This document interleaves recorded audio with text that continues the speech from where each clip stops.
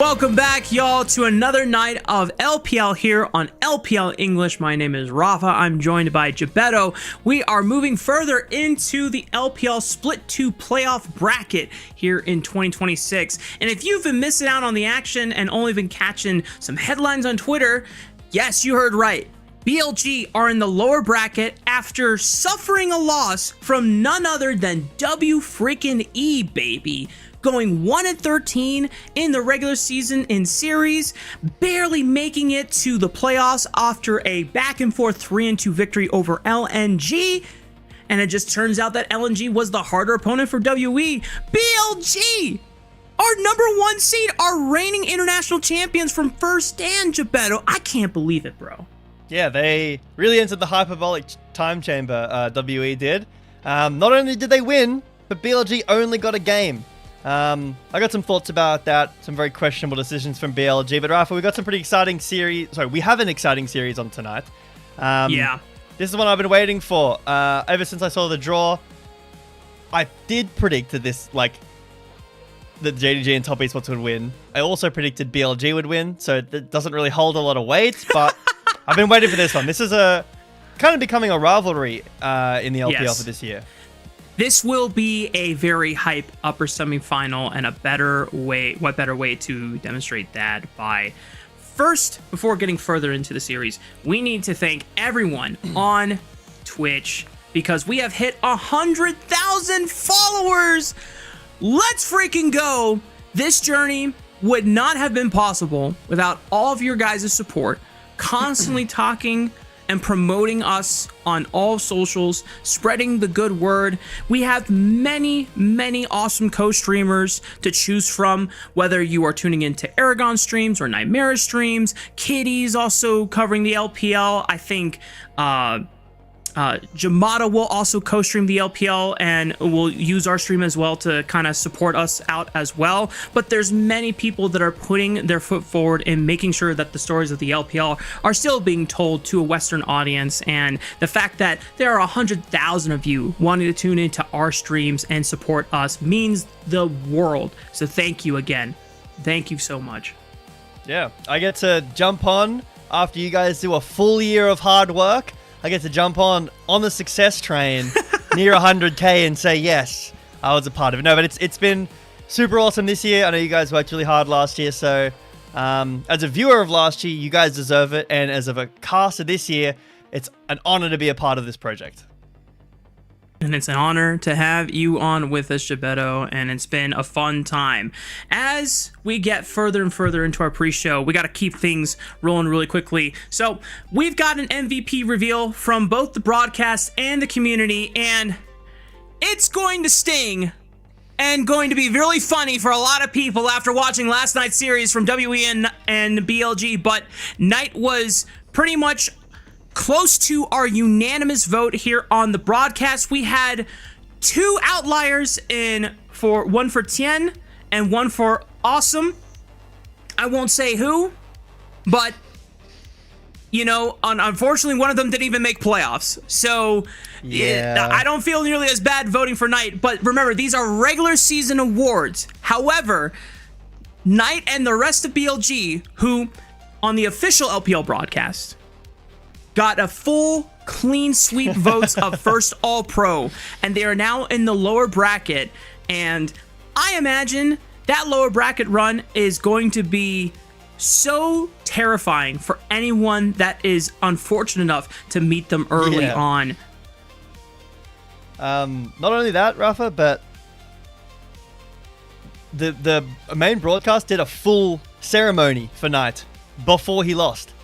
Yes. And then he went out after everyone's cheering for Knight and then lost in pretty unfortunate fashion, but still pretty good. Still a very insane player. Hoping to see BLG bounce back later in playoffs. And I know that many who are coming in and laughing like, ha ha ha, they picked Knight as the MVP. Hey, there are nearly 35 of you who are in the community also picked Knight as MVP. So we're all wearing clown noses for the next couple of weeks, guys, until BLG redeem themselves going all the way through the lower bracket and still qualify to MSI, which I have very, very high expectations that they still should. And honestly, guys, when you look at the gameplay, and we'll be able to cover that in another time for another day when we talk about BLG again, that they were just quite frankly very disrespectful, and WE got the better end of them and able to punish. But we have a very, very other different series that is just as important as that one in our upper semifinal with JDG and Top Esports. So let's go ahead and take a look at how we got here in the first place. Top Esports managed to sweep LGD in their first round of that upper bracket, whereas JDG did suffer the first game to Thunder Talk before wrangling things back in under their control and managing to take a gentleman's sweep of a 3-1 victory. I know that you were explaining how we got here, but Rafa, I'm still not exactly sure how we got here to this bracket that I'm looking at. There's just one... I'm going to get off the topic. But yeah, this is a really important match. Like you can see, going to the upper finals, getting a very important spot towards getting to MSI, towards winning that Split 2. So both teams... It's a very close matchup. You know, we were talking before that this is a matchup that has been kind of getting built up over the year so far. There, I believe it's 5-4 in terms of series score individually, and JDG leads that. They won the last head-to-head between these two teams, and also won the Split 1 playoffs match when these two faced each other, I believe in round 1. It was a 5-game series, if I remember correctly. So JDG, maybe the favorites in terms of history, but Rafa, anything could happen in this playoffs. It could be Top Esports 3-0. It could be JDG 3-0. BLG just lost 3-1 to Team WE. Anything can happen in this series tonight. Your last name is Betazon, and honestly, all bets are off when it comes to this playoffs, Jack, because if WE can upset BLG, and we already had what we thought was the most crazy outcome of not 1, not 2, but 3 Nirvana teams overtaking the places of former Group Ascend teams to make it here in playoffs to begin with, I'm not going to be surprised at anything anymore. Whatever happens, I'm just going to be like, yeah, I should have prepared for that outcome. Should have seen it coming. But let's go ahead and get to knowing our two rosters for today's upper semifinal between Jindong Gaming and Top Esports. On one side of Summoner's Rift, you got Xiaoshu in the top lane, Junja in the jungle, Honkyu in the mid lane, Gala and Vampire in the bot lane dual role. And one of the most important things that we got to hit right off the bat, if you didn't see the Thunder Talk series that they played against previously, well, Thunder Talk was aware of one thing, and that was we cannot let Honkyu have Cassiopeia. They banned this champion in the first round away from Honkyu in every single game of the series. And remind you, this isn't a champion that Honkyu isn't really known for. He's only has 5 games of it total in his career, 2 of it recently after the Deathfire touch changes. Who gave them the scrim bugs? Who told them that Honkyu is a scrim demon on this Cassiopeia, guys? Yeah, the Hongapeia might be heat. Hopefully we get to see. I'd love to see some Cassiopeia played, whether it's Honkyu or Cream. But a champion that is rising up in priority globally, especially in the LPL. Unfortunately, we did see Knight lose on it on the last episode, the last time it got played. But we don't need to talk about that. Maybe it's some insider knowledge. Here. Maybe it's some insider knowledge. Maybe Honky's been practicing it a lot. We were talking about solo queue a bit before. So, you do have to get in your reps out of the stage games, then in scrims, and then obviously bring it to the stage. See if JDG can bring it tonight. Thunder Talk, maybe they knew something. Well, regardless of the fact that Honkyu was not able to get his hands on Cassiopeia in that series, and it'll be something that we keep our tabs on going into tonight's series against Top Esports, what did happen in that Thunder Talk series is that Honkyu had a baller of a series. First game on the Twisted Fate, not so great, but then afterwards, Control Mage duty, locked the frick in, and just pumped out damage everywhere. And mind you, as we get the clips rolling in a short bit as well, one of the things that you'll notice is that in these game states, when we have come to know JDG over the course of this regular season, Honkyu is more so relied upon by Junja in the early 10-15 minutes of the game to make sure that he is having a good early game jungle state.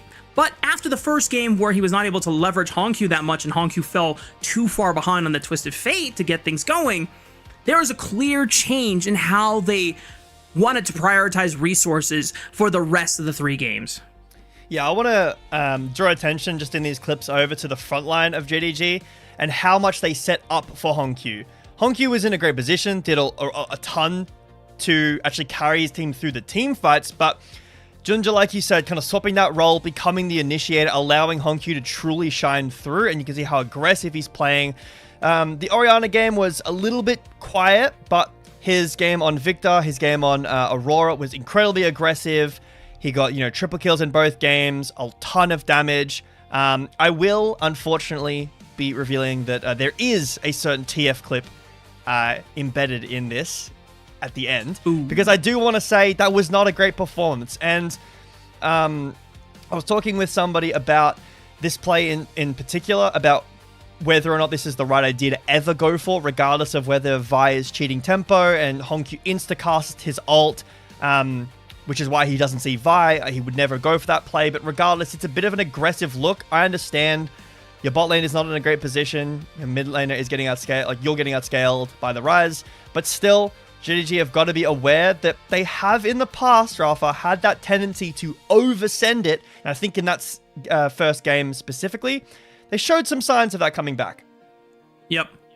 And JDG making the adaptation to recognize, guys, if we have Hongkyu on these scaling mages, we're going to have much more confident fights if we just are a little bit more patient with when we attack, when we force these aggressive maneuvers and trying to force some of these advantages. And against a team like Thunder Talk, who, first of all, made the upset to get here in the first place, cannot underestimate them, cannot disrespect them too much, and JDG being able to clean it up enough that they end up sending TT to the lower bracket, and they are the ones continuing to face Top Esports, who, on the other side of Summoner's Rift, will be their opponents in our upper semifinal, with Swayon, Tien, Cream, JackieLove, and Fongyue on the starting 5.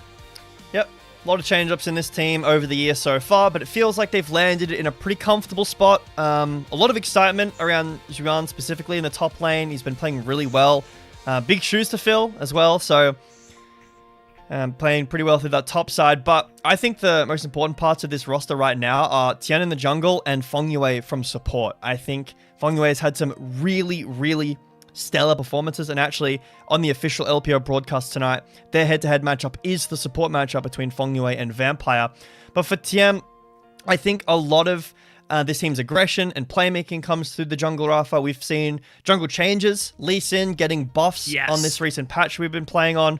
We've been seeing globally a lot more Lee Sin and Lee Sin combos, like you mentioned, the Lee Sin Annie, other control mages like the TF, but also rising up of Trundle, the falling down of Pantheon, and taking a look here at jungle picks between these two. The Lee Sin is the one that bothers me a little bit. Lee Sin, obviously, Tian's really known for this. Unfortunately, Jinja's only got 6 games, but second most played for both of these two players is Xin Zhao on both sides. There is a bit of a game disparity, but I think given careers, 46 in second is still very respectable. But yeah, the Nefiri is another thing that's been really popular so far. Into the Vi, as a blind pick even, a lot of attention in the jungle in this series. When you consider how Junja throughout the regular season really wanted to force a lot of those aggressive invades on champions like the Nocturne, like the Pantheon, some of those champions have fallen out of favor. Nocturne actually rose up in favor throughout playoffs compared to the regular season because the introduction of Lee Sin into the meta has made it so champions like the Pantheon, like the Jarvan, have now fallen very heavily out of favor since Lee Sin is able to maneuver around those champions so well. Vi also suffers heavily into Lee Sin, especially early on. The only reason why you would pick a Vi into a Lee Sin, not for the early skirmishing, but for the guaranteed point-and-click lockdown on someone slippery like him later on into the game. We are getting walkouts relatively soon.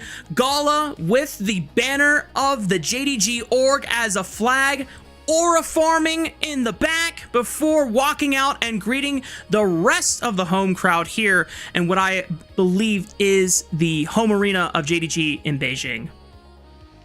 Gala reminds me a little bit of like Bruce Banner in the sense of like, how do you not be disappointed? He looks always disappointed and upset. If you see Gala smiling, that's a rare occurrence, and he's always playing well.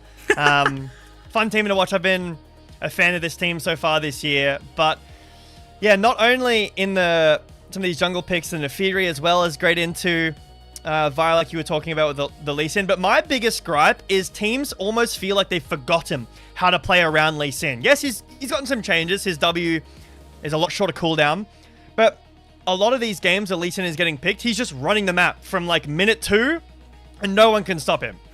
Yeah. Just to give you some numbers on how his priority changed from regular season in Split 2 to Split 2 playoffs in LPL. I remember seeing a number. Prio score on GOL stats for regular season for Lee Sin was something of the likes of maybe like 12%, maybe lower. For playoffs so far, he is at 37% prio score. So he has more than tripled his priority and presence in these drafts, just simply off the fact that his safeguard is a lot more consistent and does not rely on you hopping over to champions to get the reduced cooldown. You can ward hop, you can minion hop. He is just a much more consistent and forgiving champion to play. And the fact that Tien, it's not only his #1 played champion his entire career. This man, when he won Worlds on FPX in 2019, got the second ever Lee Sin skin made for himself. 2 other world champions sharing a Lee Sin skin in both Owner from T1 and Bengi from the SKT days before it rebranded into T1. There's a reason why Tien is so feared on this champion, and that was one that was also banned by LGD in all 3 of their games in that series as well. So we'll see if JDG want to put the same amount of respect and priority on that champion. As you mentioned before we went live, Jack, even though Junja does not have a lot of games of Lee Sin in his career, he's been putting the Lee Sin reps in solo queue. Yeah, check this account.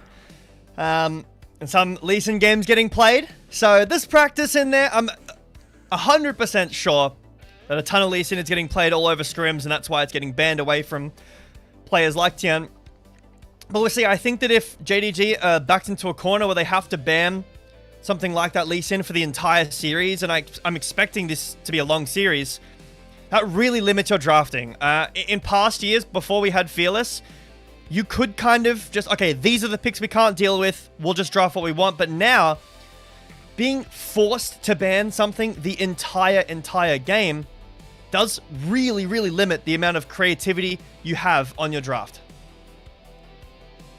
That is why the jungle is going to be our featured head-to-head matchup going into tonight's series. I will give a quick shout out to the LPL official broadcast. Their key players, they're also keeping an eye out, is actually in the support role. Because, as you mentioned before, Jack, even though Vampire has been noted as one of the most consistent players for JDG during their regular season, and is why he was at least #2 on my personal all-pro ballot list, Feng Yue has been honestly improving a lot. And he has been covering his own bases and keeping up with the rest of what is a very experienced roster between Tien, Jackie Love, and Kareem. But here we go, Gebetto. It's time to get this upper semifinal rocking and rolling as we load into draft for game 1. Wow, the jungle priority in bans is kind of surprising to me. We were talking about the jungle kind of shifting up a bit, but I'm really surprised at how much priority JDG are putting into this Trundle ban specifically. This means that if JDG do want to go for something like that, Lee Sin Annie take it away, or take parts of it away at least. But Rumble's up. The Yep, that's just going to be the pick. Okay, so answers into this, I mean, you could go a tank. The Jarvan's up as well. You could take that away. I think that pairs pretty well with the Rumble, and Top Esports might look to take that away. If you as JDG are banning the Trundle, I think that increases your Nocturne priority. Because we saw in the Top Esports LGD series that despite Hung getting his hands on Nocturne, he got completely owned by Tien on the Trundle. It is so hard to win those early skirmishes, and just putting a lot of respect on your ability to just kind of stat check and win those early fights. You're going to have a lot more value as Nocturne with the Paranoia later on, but if we know JDG want to still maintain that game plan of having early jungle prio and winning jungle matchup or winning 2v2 matchup for those early skirmishes, despite what we saw in the Thunder Talk series, they're gonna want that for sure. But, ladies and gentlemen, we called for it, we set it up, and bada bing, bada boom, bada bam. Ryze, Lee Sin, power duo locked in for Tien and Cream. I'm a bit surprised that with Annie available, Cream's Annie's really, really good. He's super comfortable on it, that they don't go for the Lee Sin Annie, but this still makes a ton of sense. The global pressure. Kind of a better laning phase as well. You just have the permanent clear, but pretty strong answer. We're talking about the weaknesses of Vi, and that she does lose pretty early to this Lee Sin. Vi kind of loses early game to every jungler. She's really not really even a champion at level 1. You just have like the W start, especially compared to a Lee Sin, where he's so good level 1. Love to round this out with like a Talia and Ahri. Could look really good here for HonkQ. Now, this is kind of what we were setting up from what happened in the Thunder Talk series, where Jindong Gaming recognizing, you know what, we're not going to be able to set up a winning jungle matchup for Junja right from the get-go. This is not a champion that is going to feel very confident in invading Lee Sin early on. But once you get access to level 6, the cease and desist is one of the great ways of dealing with the Lee Sin, because you can try ward hop, you can try and move around with that resonating strike and the flash, you are still going to get pinned by this Vi. And combining with HonkQ, this is a moment where JDG can continue on the adaptations they showed in that Thunder Talk series to say, you know what, I'm an ult bot for you, HonkQ. Let's move, let's make plays together and get you fed in this early mid game. Yep, not only the Ahri, but the Rumble as well. Great early skirmishing, mid-game skirmishing combo here with the top 3 in the top side of the map. So I love what JDG are going with. The Ambassador can be a tough matchup into the Rumble, but Zion's been finding some success on this pick in recent games, so that does make sense. It's all about bot lane now in the second phase. What kind of bot lane are you going for? We've seen Renekton banned away in the second phase for Top Esports, which I'm not exactly sure why that is. I don't quite know why Renekton got banned. That is very curious. If Top Esports intentionally banned the Renekton knowing that the Rumble was flexible, but it have to go support. I feel like Senna Rumble would have been potentially the cook there, which that's crazy. It's been done before, but it hasn't been done in a while. So we'll let that marinate for another time, whether it's later on in the series or another time. So, but Lucian instantly locked in. Normally, Melio is the pairing with it, but it's not going to be an Ashe Seraphine response from Jindong Gaming. It is, in fact, Xayah and Rakan. And what a nice way to try and escape some of the dive that Top Esports have between this Mbessa, between this Lee Sin, looking for the play. Xayah can go up into the air with the Featherstorm and try and nullify that. And Top Esports recognizing, do we really want the Melio here? There's not much to really cleanse, but Rakan ultimate, the charm that you provide, as well as the single target charm from Ahri, might be enough that is still worth doing to allow Lucian to excel in this laning phase. Yeah, Xayah Rakan's been something that's been rising up in priority a whole lot more. Scales really well. A lot of the bot lane duos don't really scale that well in comparison to other ones we've seen in the past. You know, the Kai'Sa, things like the Xayah. Great team fighting. It works really well with JDG's draft. I think that the hesitation on the Melio pick is because JackeyLove and Fengyue haven't been finding a ton of success with this bot lane duo. I believe Fengyue hasn't won a game on it this split so far. JackeyLove's Lucian hasn't looked great. They've looked much better on the Nami, which is a decent matchup into the Rakan, but they really want the cleanse for this game. I think that the backline of Top Esports is super vulnerable. Definitely the target for Junja HonkQ to go in on. I love JDG's draft. It's strong team fighting. The lanes are really good. They have high priority picks. This screams JDG to me. It's exactly how they want to play the game.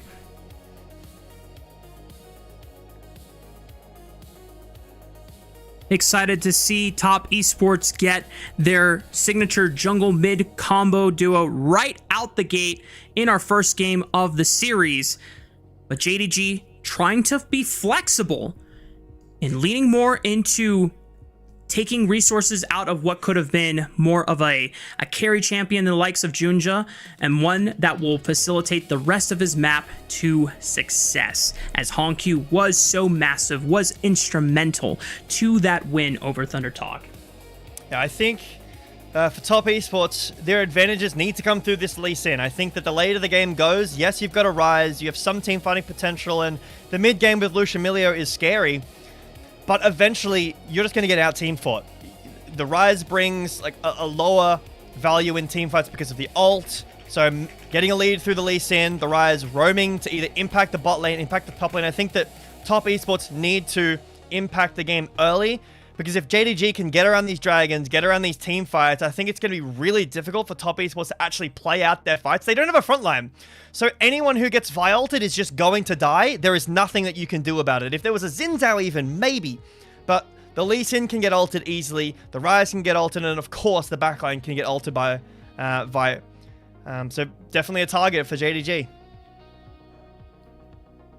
And I love the Xayah Rakan adaptation even more, that it allows the AD carry to be one that is self-sufficient and can peel for themselves when Top Esports are making the plays, and it gives the confidence to the rest of JDG to say, we're just going to make our own dive into their own backline and try and pin down their damage dealers.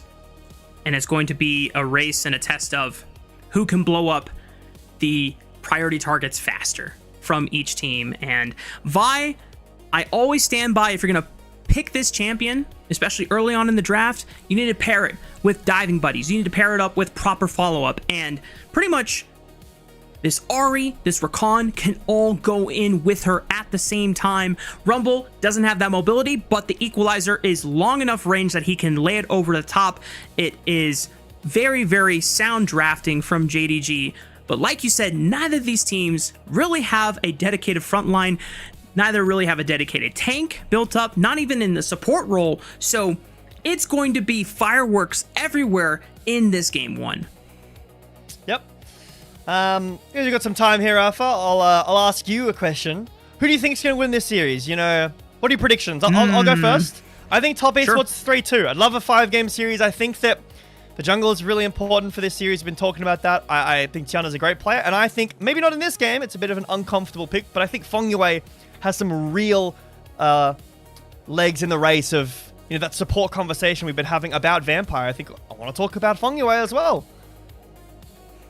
I think up until seeing the look that Hongq showed into Thunder Talk, I was heavily favoring Top Esports. And this is with even the information that Top Esports had a bit of a slide towards the back half of the regular season, and JDG currently have the winning series record against them all time, as well as the prior head-to-head that we saw towards the second half of the regular season. But I think JDG's game plan up until that point had been mostly little too dependent on whether Junja has a good game or not. And up until that Thunder Talk series, I was not confident that they could be flexible with that. But the fact that Junja took more of a backseat, was playing more facilitator role, and Hongq was pumping out massive carry performances on a lot of these control mages, I think that's the kind of glow up that you want to see from this CFO jungle mid duo, who now are entering their second split playoffs as a duo together ever since joining this roster here in 2026. If you look at the champion icons here, and you can see like the Xayah Rakan next to each other, obviously that's on purpose, but it kind of looks like Lee Sin is trying to kick Ryze in the face in this little setup there. Oh no! Anti-synergy. Yeah, so maybe some anti-synergy there. I'm really interested in what this Renekton is for. Is there genuinely a Renekton support happening around, like in scrim bubbles? Is that a possibility? Because I don't know how I feel about that. it's less of a Renekton support ban, and I just think that there is a possibility there is like some kind of Senna Rumble.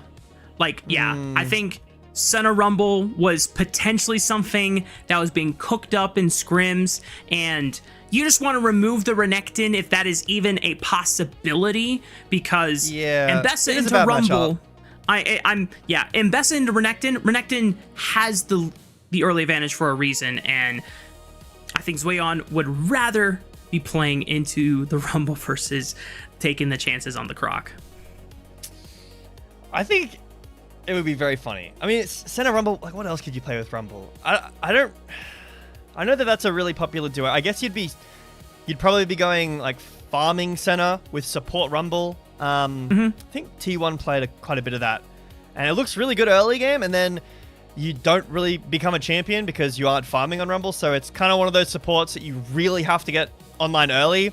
But he also has like no CC, has some slows. At least when you're playing like Elise support, Elise has a stun, and quite a bit of survivability. What are you looking at? You have any? I'm gonna go down the rabbit hole.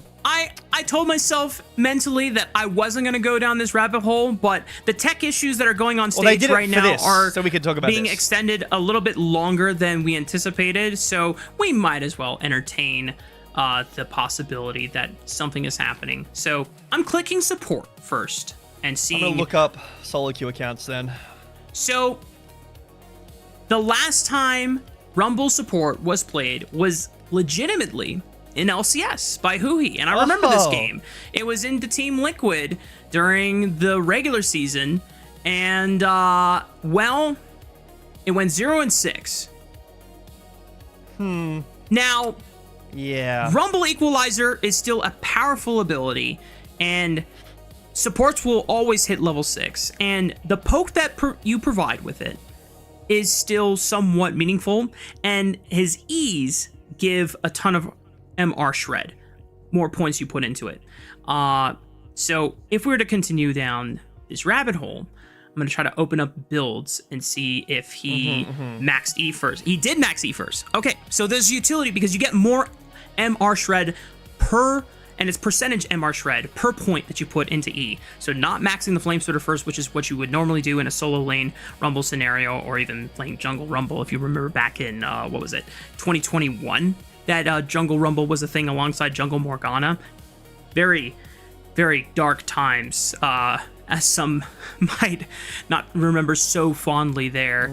There is a couple of Rumble support games last year also in LCS when it was called the LTA by both Busio and Isles, and Busio won with it 3-1 and 8, but that, I believe, was paired with it wasn't paired with a Senna.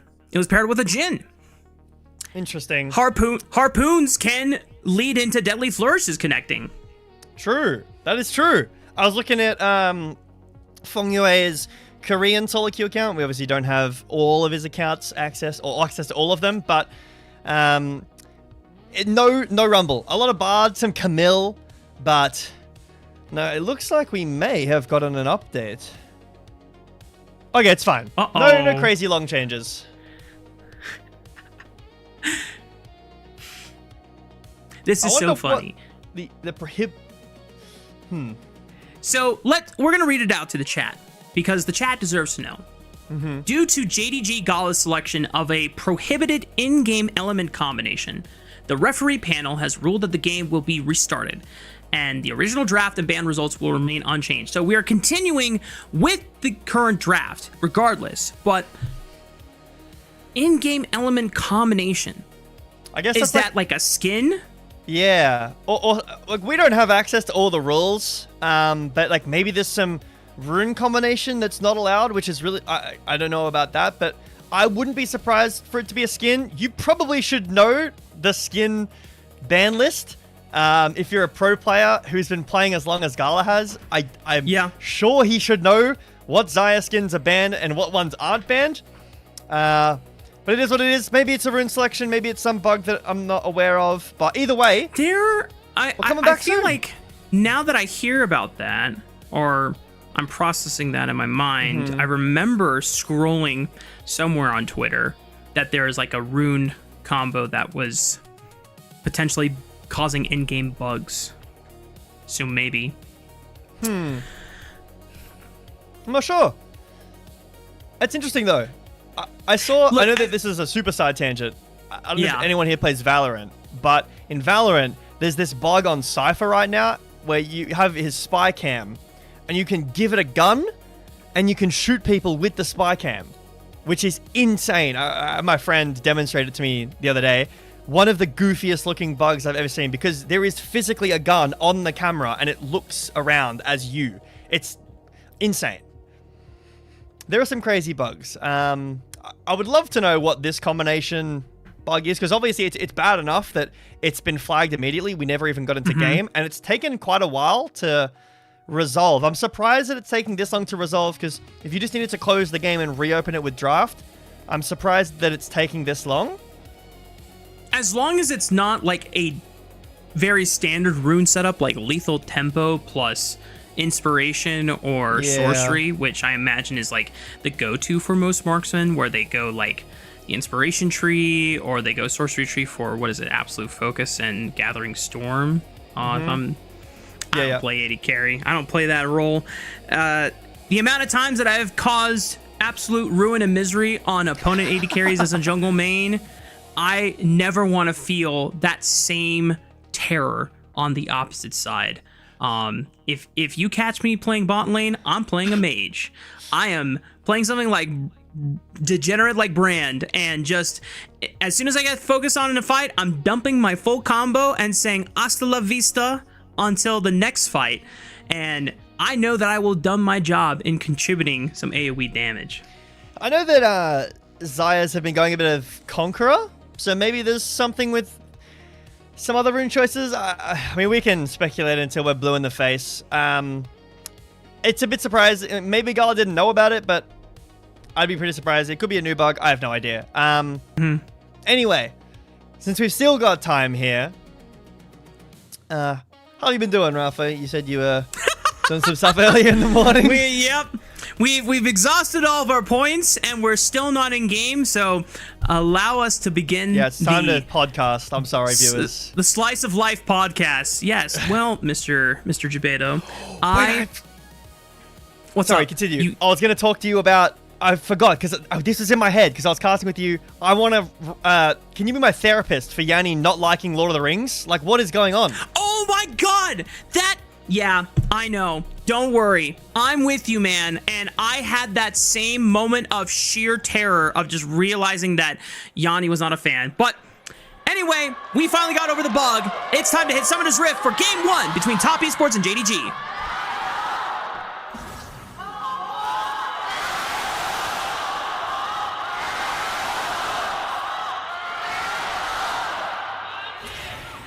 I still haven't gotten over it. I still haven't gotten over it, by the way.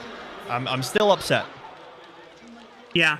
No, it's a shame that Yanni does not like Lord of the Rings. It is definitely one of the greatest trilogies of our generation, and I'm with you. Maybe the greatest trilogy of our generation. There's definitely a couple others that are up there as well, but it is one of the best pieces of cinema. Tien, though, look at this. Raptor invade. Yeah, wow. Gonna get spotted on this ward, but he wants to get into Junja's face, and Junja immediately backs off, does not want to waste time with this Gromp. Tien trying to figure out what the hell happened and recognizes, okay, Junja had a ward on me, so I'm just gonna go over and try to play for these wolves, but he missed it.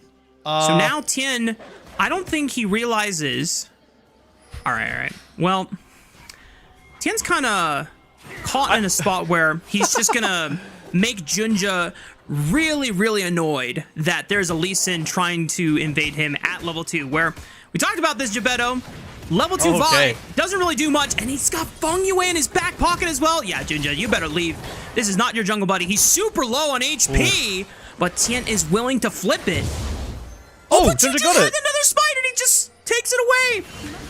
Is that worth it for Tien? All of his investment, he pulled his support over. Doesn't even get the camp.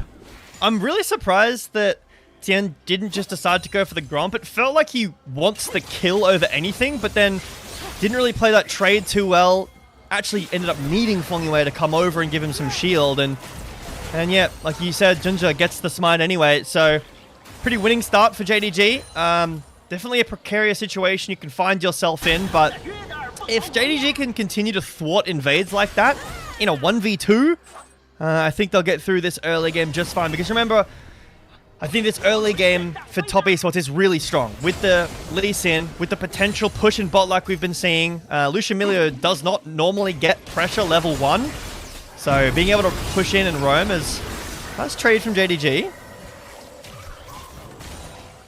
At least Jackie Love and Fongwei still have the winning bot lane pressure on this Xayah Rakan Lovers Duo bot lane combo, but Tien gonna be behind the curve after all of his efforts of trying to make Junja's life very annoying and frustrating.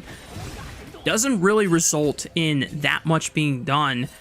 And we talked about how Junja potentially in this series going forward is going to have to be a lot more self-reliant and having to try and figure out these scenarios by himself if Hongq is going to be given a lot more resources and not being forced to drop. Well, Hongq was pinned, so Junja was kind of in that scenario all by himself. And he's out the better of it against Tien so far. Gala taking the exhaust in this matchup, something we've been seeing a little bit more of. I saw a discussion actually, you might need to hold that thought as Junja's wrapping around behind.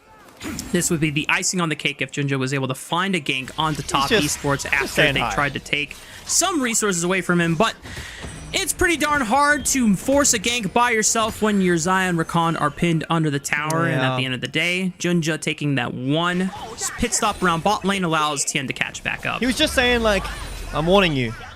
You know, I could do this, but I'm not going to. True. But yeah, the exhaust pickup. I saw a discussion about it. I can't remember from who. Might have been Dom. About when like the meta kind of shifts towards people taking exhaust because of the lane fighting. Sonky takes quite a bit of HP. Sometimes, like in this example, Jackie Love would go cleanse to try to thwart the exhaust, and then Gala can mind game you when you're comfortable taking cleanse to then not go the exhaust, take something like barrier or heal or ghost, and then Jackie Love has cleanse in a matchup where he doesn't want it in. We're not there quite yet. The exhaust is... Tien walks in and junglers continue to just kind of fight over these camps. No actual fighting of themselves, but a lot of invading and potential invading happening here in this early game. Junja, another clutch smite, allows him to secure the big monster of the camp that Tien was threatening. I mean, he has prio in both mid and bot, so every time that he's fishing for a camp, it's usually relying on a laner that has priority and can move at a moment's notice. But so far, neither of these two invade attempts that Tien has been able to find have really just... I don't want to say a big waste from Tien, but Junja hasn't been decelerated at all. Yeah, it's definitely a big positive for JDG, considering, like we've been talking about in the draft and in this game so far, the early game for the Lee Sin is so threatening, so being able to get to that level 6 that you were talking about in draft is super important. Level 6 is starting to tick over now. Xiaoshu, Hongq, Junja won't be that far behind, and Tien's done a good job of evening himself out after that. Not amazing start, not the start you'd love to have as a Lee Sin. The dragon's up, and I think Junja is super happy to just avoid Tien wherever he can right now. If he gets the smite steal, that's great. But as long as he's not fighting this Lee Sin, he's in a really good position. Public execution from Zwayon, run onto Xiaoshu in the middle of the lane, throws on the equalizer, and it forces Zwayon to back off for now. Xiaoshu does not have the health to be able to continue playing out this lane. He's going to take a recall, already having used the teleport. Oh, and Junja says, yeah, screw you, buddy. All the times you invaded, this is how it feels. How do you feel when I take your big chicken away? I think he had the upgraded smite for that. I didn't quite see if it was completed at that time, but I think it was, considering that he's at 18 now. So pretty easy steal from Junja after that second crab. Really smart pathing from Junja so far. Tien goes for an early look for the invade. Junja nearly wins 1v2. I mean, if you count the camp as the win, then he did win the 1v2. Tien's going to be spotted on this ward, so JDG will be just fine. Despite not having level 6 on Gala just yet, as they just ding it in time,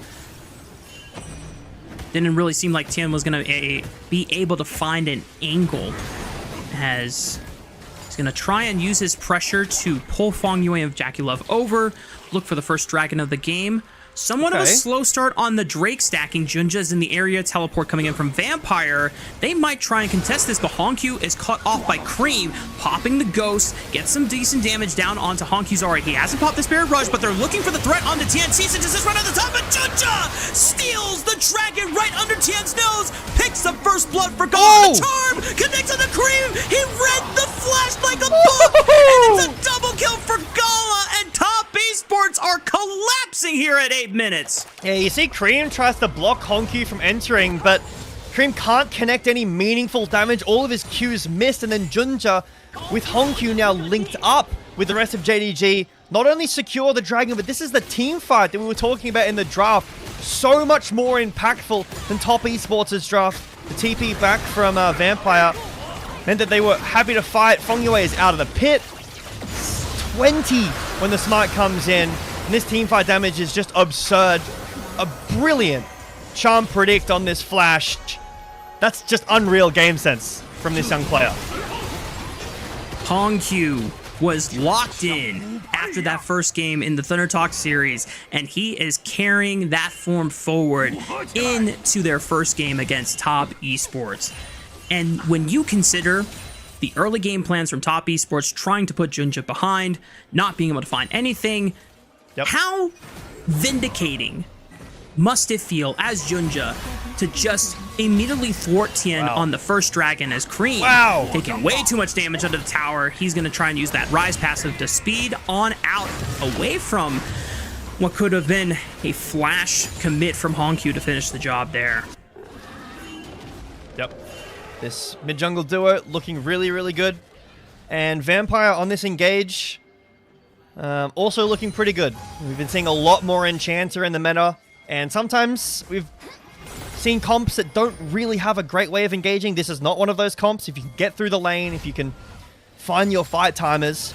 It's not quite the Ardent Sensor meta where you just lose because enemy has an Enchanter. But as long as you're careful in the 2v2s, the team fighting is just so much stronger for JDG. I think Top Esports really need to look for like cross-mapping, taking the Rise to a side lane, trying to get gold on maybe Ambessa, help out this bot lane. Tian spotted on another ward. JDG's wards have just been ridiculous. Look at how many wards they have in the bot jungle. It's lit up like a Christmas tree, Gebetto. There's nowhere that Tian can go where JDG will not have information on him. And Cream trying to at least cover this entrance, having somewhat of a suspicion that Junja could try and slink on in and catch Tien by surprise, but Junja is going to look to aim mid lane instead. There's no flash on this Rise. The charm goes wide, and that immediately forces Junja to decide otherwise on forcing that play. Yep. Really good win there for Cream. Tien wasn't even close, and he's still on vision. Cream happy to take the 1v2. That's pretty annoying there, Cream. Here's CP, it's fine. Colin coming out in the bot lane just for a bit of prio. Won't result in a kill. Probably won't happen. In fact, you know, Flash exhaust is up. The healer's nearly up for Vampire.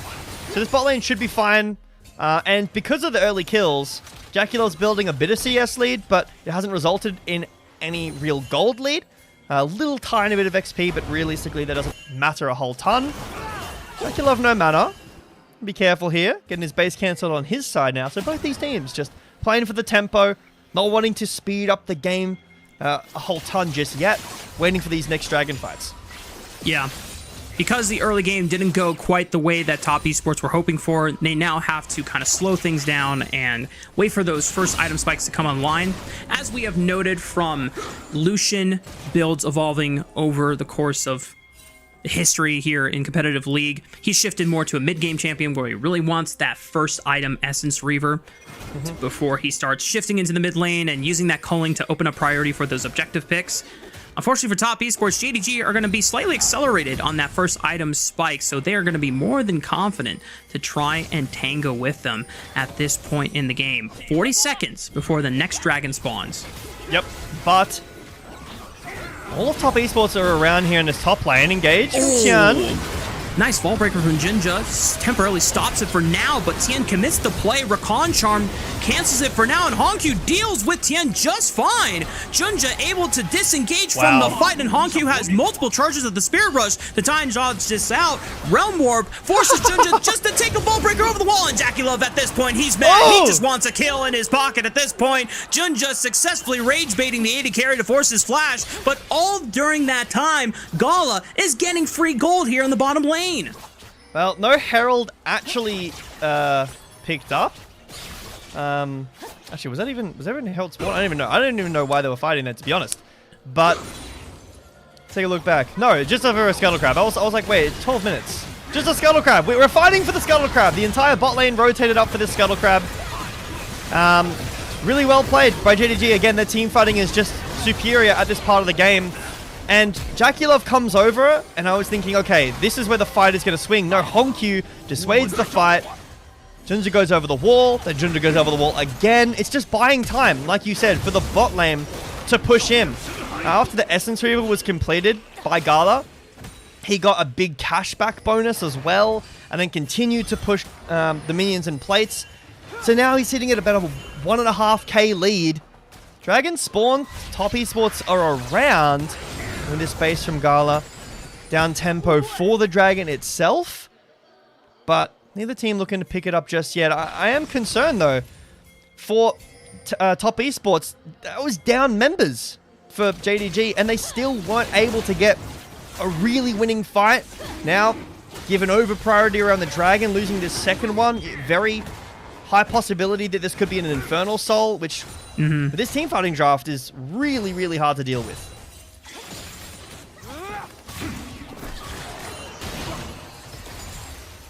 No answer from Top Esports in stopping JDG from getting the second Dragon of the game.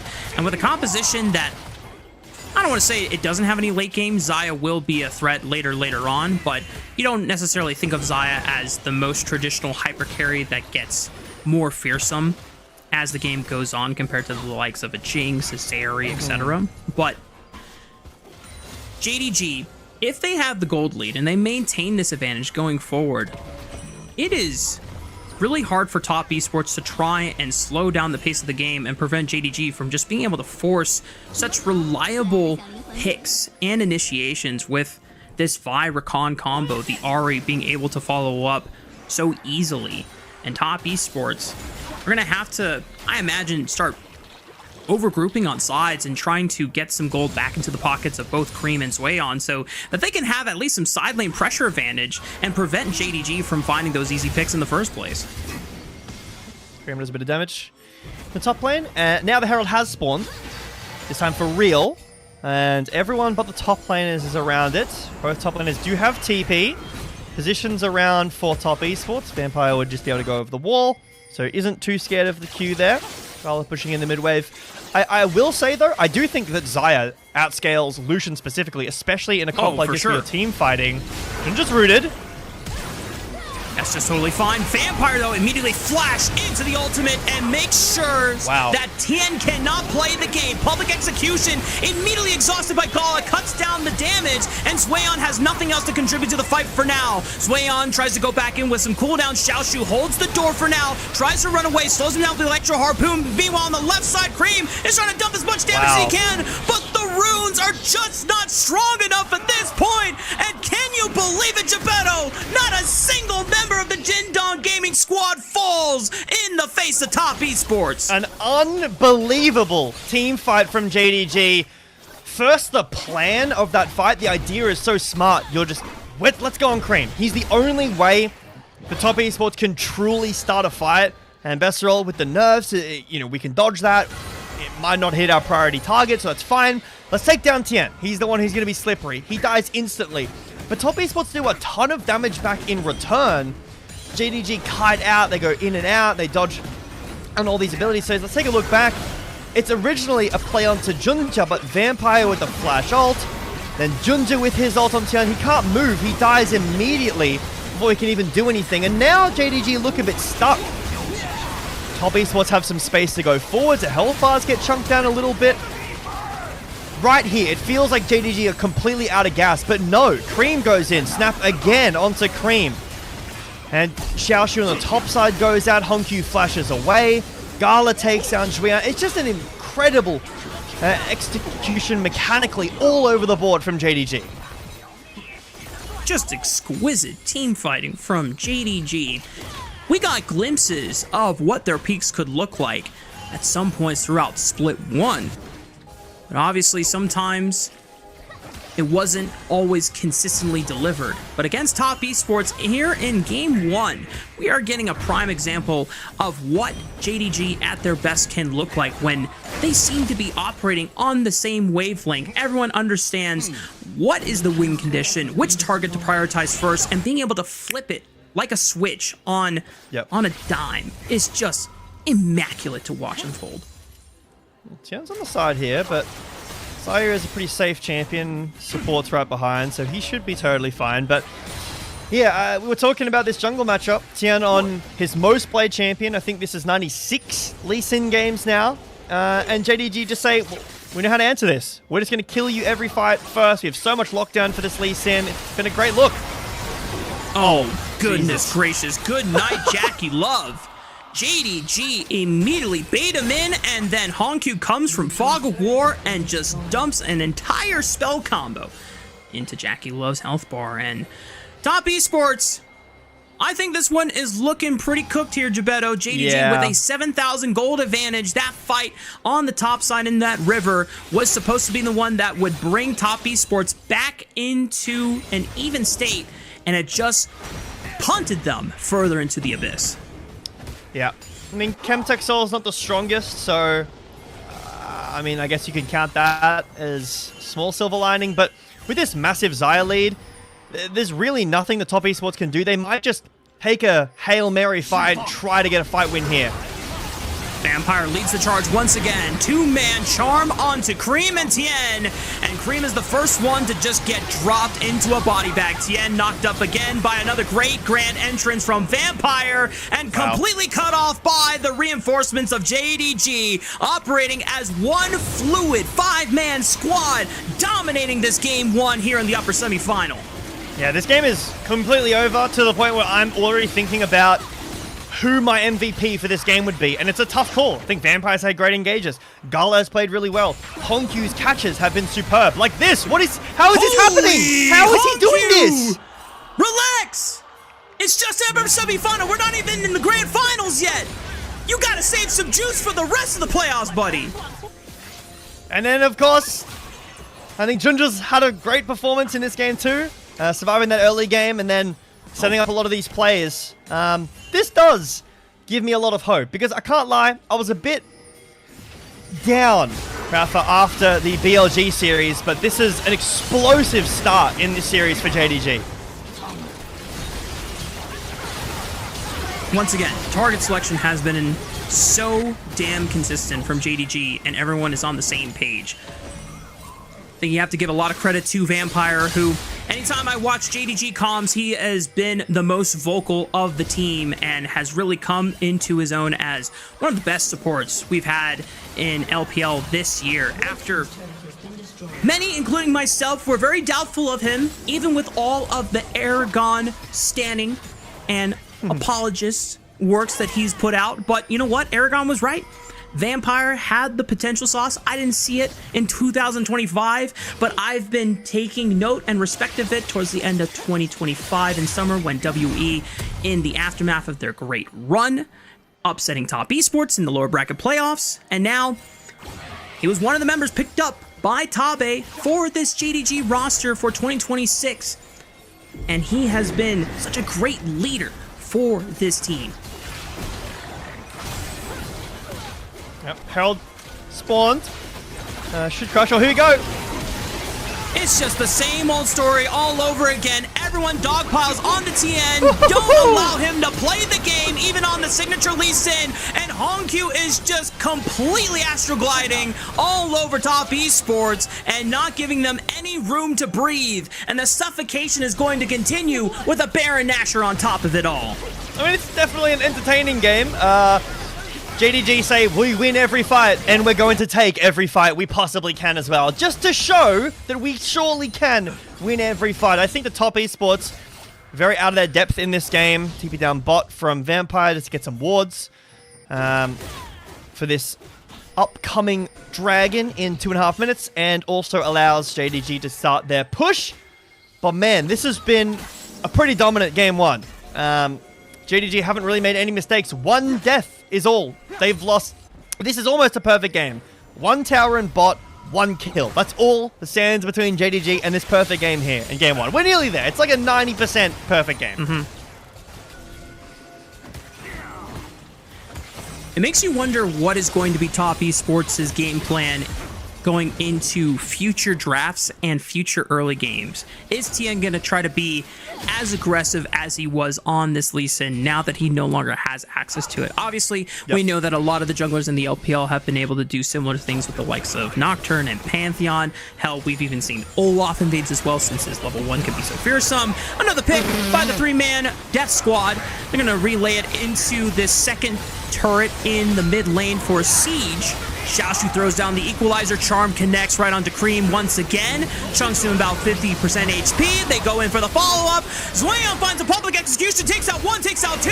Okay. But it's not going to be a comeback. A brief glimpse of hope, completely dashed away. Jindong Gaming are not letting Top Esports have any fun in this game one. And JDG are about to lead the series. Yeah, Top Esports triple their kills, but they lose the game in the process. An absolute statement from JDG in this first game. 24-minute win in a matchup that, again, is 5-4 head-to-head this year. They look on track to head to that upper final so far. A swift and dominant victory in less than 25 minutes. This is peak Jindong Gaming, and we get a banger opener from them to kick off our upper semifinal. Yep, I think Top Esports showed up about as much as your camera has so far, Rafa, in this series. Real.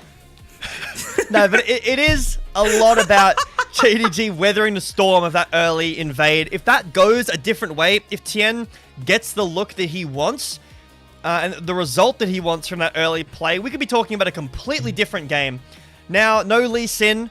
So if Tien wants to continue to play aggressive, he's going to have to look towards other stuff. There is the Trundle that we saw banned, so that was banned by JDG. A really, really smart ban in that first game. It felt like JDG came in with a perfect read. Yeah. And I still don't mind Top Esports looking for this Ryze Lee Sin combo. But if your plan is you're going to try and invade and just fistfight Junja, and your supporting cast member is checks notes Melio with no point-and-click CC, no easy lockdown that guarantees the rest of Lee Sin's abilities to connect.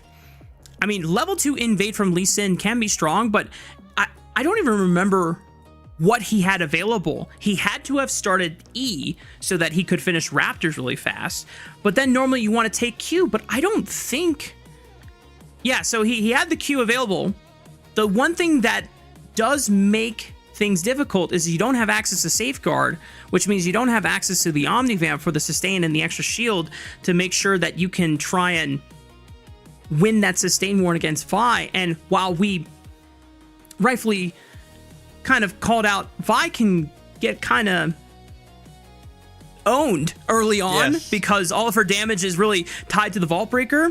If you just fist fight her, she's going to proc her shield passive. She's going to proc auto resets from her E, and she gets the armor shred and the attack speed guaranteed off of the 3 hit from her W, which she starts with. So even without Vault Breaker, she was actually kind of 1v1ing Tien in that moment because he was also tanking a majority of the aggro from Wolves. So quite honestly, Junja was just playing those early invade scenarios way better than Tien was. Yeah, a little bit of a strange decision making as well. Junja says, okay, fine, have my lunch money, take the Grump, please. And Tien says, no, I want your bike too. And then Junja says, no, that's mine actually. And Tien is completely... He was given the money and still said, no, I want more. We could have been talking about a lead for this Lee Sin. I understand he wants more through that lead, but ended up not finding something like that. 2 6-7s. That's what I like to see. But yeah, Honkyu and Gala, Really, really strong performance. I think it's a really tough MVP vote for me. I think you can make an argument for everybody. It's actually a bit of a quiet early game, but it's a tough call for sure. I love that analogy. Tien just trying to come in like the school bully, and Junja is just trying to be the smart approach, or taking the smart approach of, you know what, I don't want any conflict, I want to fight you, but that bike, no, my dad gave that to me before he passed away. You cannot take that. That's where we cross the line, and then boom, smite away. And Tien's like, yeah, well, damn, that's not guys, how I wanted it to go down. You just gotta stand up to your bullies. Just like Junja in this game. Stand up to your bullies. See? This truly was a movie. Or an episode of a TV show. And JDG were the main characters in this game for sure. It felt like Top Esports had a game plan coming in. And when that game plan kind of fell flat, they didn't have a backup. The Ryers never really got to roam. Honkyu was styling all over all of Top Esports. The Ambessa never really got unlocked. And this Lucian Milio, while it has looked incredible, like I said in draft, Fongyue still has not won a game on this champion. And the Lucian for Jackie Love has been one of his least successful picks this split. Obviously, they have duos that look really good. This is just not one of them. And I have to say, I don't even think this was Jackie Love's fault at all. And it wasn't even a champion that he wasn't playing well, but the game just collapsed around him because Tien tried to warp so much of it around him getting direct early advantages over Junja's Vi before she had access to level 6, but the skirmishing went so poorly for them. First, it's the Dragon Punish, stealing that, then capitalizing on Cream and still killing him despite him flashing over the wall. Then Top Esports doubling down and saying, whatever, we are still better than these guys. We can still fight them in this topside river. That goes poorly. They're like, all right, we'll wait for first item. Then we'll fight on it. And if we don't win there, GG. We're just scratching up this draft and we're going next. And that's exactly what happened. The third river fight, 7,000 gold afterwards. How do you look forward after all that? Well, you look forward and say, all right, guys, Tabe Diff, they can't get those champions again. It's okay. Very true. We've been seeing a lot of Rumble be let through. Really not a fan of that. He just looks incredible all the time.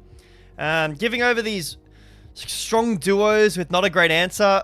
I would have maybe preferred the Nefiri, but I mean, how can you tell Tian not to take Lee Sin? Like that's, I think it does come down to an execution of that early game. Oh yeah. But even still, I think if we're looking from a draft perspective, Lee Sin Annie probably looks a lot better. But take a look at the MVP. It is going to be Junja. As you said, there are arguments that could have been for really anyone that series because a lot of JDG members played such a good game.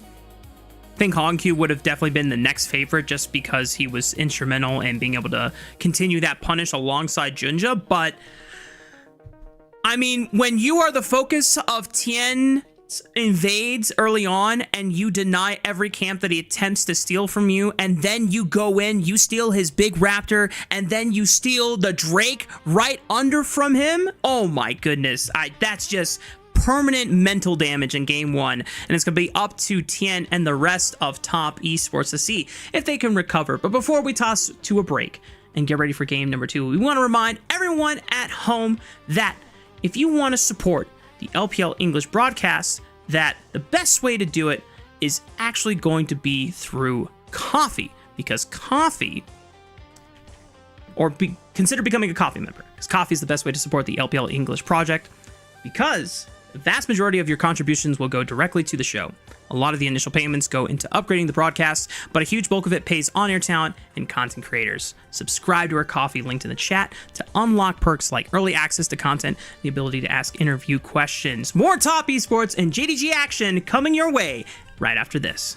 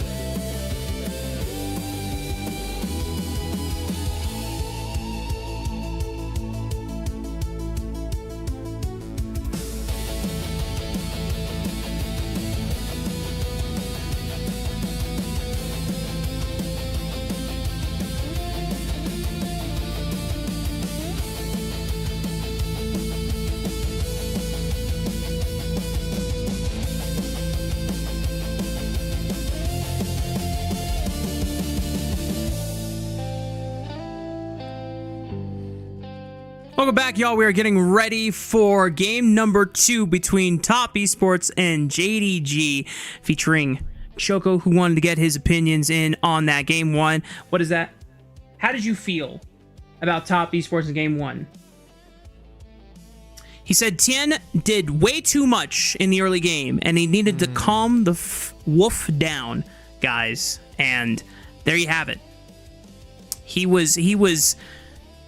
We know Choco is a longtime fan of good Lee Sin play, and he knows that Tien can put on much better performances than that. But it felt like he didn't want to slow down the pace of the game, and the way that JDG built that draft up, obviously early on, Lee Sin is going to have some advantages, Gebetto, but once level 6s were available, no chance for that Lee Sin to survive. I didn't know you spoke dog so well. That was impressive. But the good thing for Choco is that no more Lee Sin possible in this series. But there is possibility of some more aggressive picks if Tien wants to continue this style. And obviously some scaling picks if he wants to calm it down a little bit, like Choco wants, slow the pace a bit down. But I think that JDG is a team that we know that their drafting is going to be excellent. It's kind of a standard that we hold them to with the whole Tabe diff thing. This guy always has really solid drafts, or at least drafts that we're happy with. Yeah, that is at least the expectation when Tabe has built such a pedigree up over many successful rosters over the years. So whenever you get a stinker draft from Tabe, there's a lot more despair and a lot more anger when it does happen. But I think this was a really smart answer into what Top Esports tried to orchestrate from the get-go, with the fact that they were trying to set up this Lee Sin to be successful for Tien, and they said, Junja, just hold on for the first few levels. You're not going to be able to really do much into the Lee Sin if he tries to contest you, but as soon as you get cease and desist, as soon as Vampire is level 6, you, Hongq, all three of you are going to ruin Tien's day every single time you find him in these fights. And he was always the primary target that they focused out first before they continued the rest of the skirmish. Yep, I think importance as well is getting Feng Yue on something that he's more comfortable on, has a bit of a better matchup too. But hopefully Top Esports can put all of that behind them, look towards this game 2. Like I said at the beginning, I do think this is going to be a long series. I don't think that that's all Top Esports have to say about it. And again, if that earlier game went slightly differently, I think we could be talking about a very different game, Rafa. So, see what Top Esports have in store for us in this second game.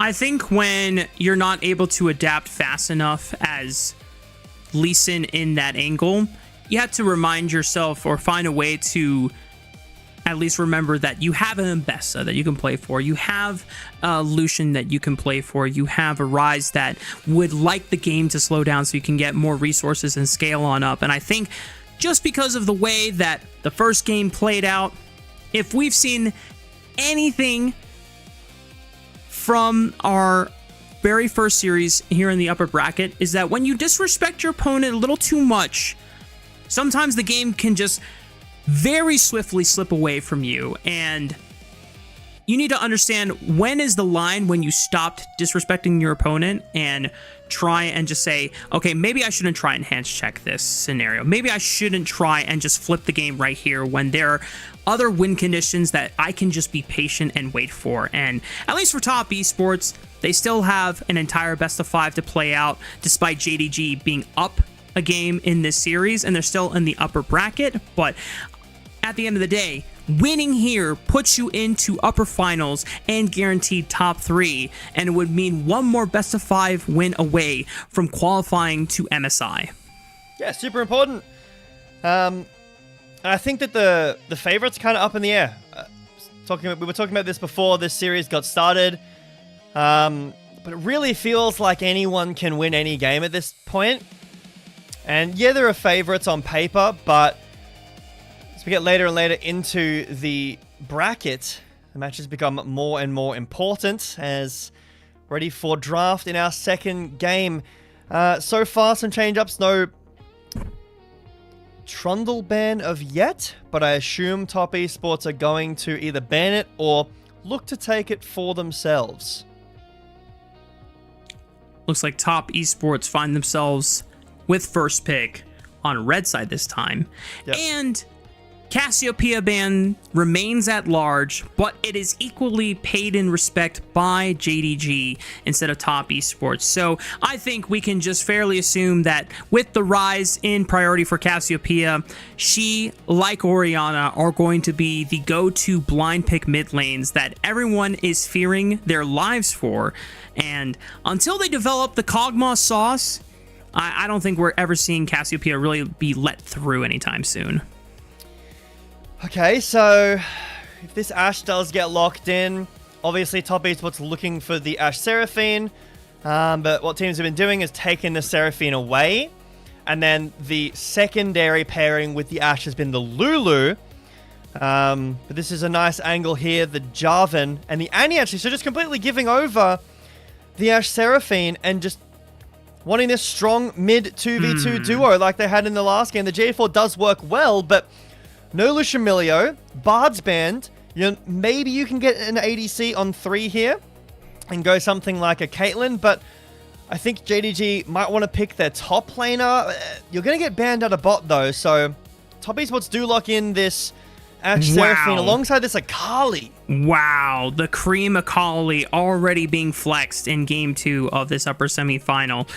Now into Annie. Annie can always find a reliable way to lock her down. Just save the passive stun for the Q and just lead with that before dumping the rest of the damage and the burst right on top of it. Now, Annie Jarvan isn't necessarily the most traditional combo we find with Annie. Usually you pair it with things like the Nefiri or the Wukong. Yep. Both of those champions are junglers that are going to be building a little bit more damage oriented and be a lot more carry resource intensive as well. But there's a lot of point and click lockdown already from JDG, just recognizing and giving respect over to the very mobile threat here from Cream.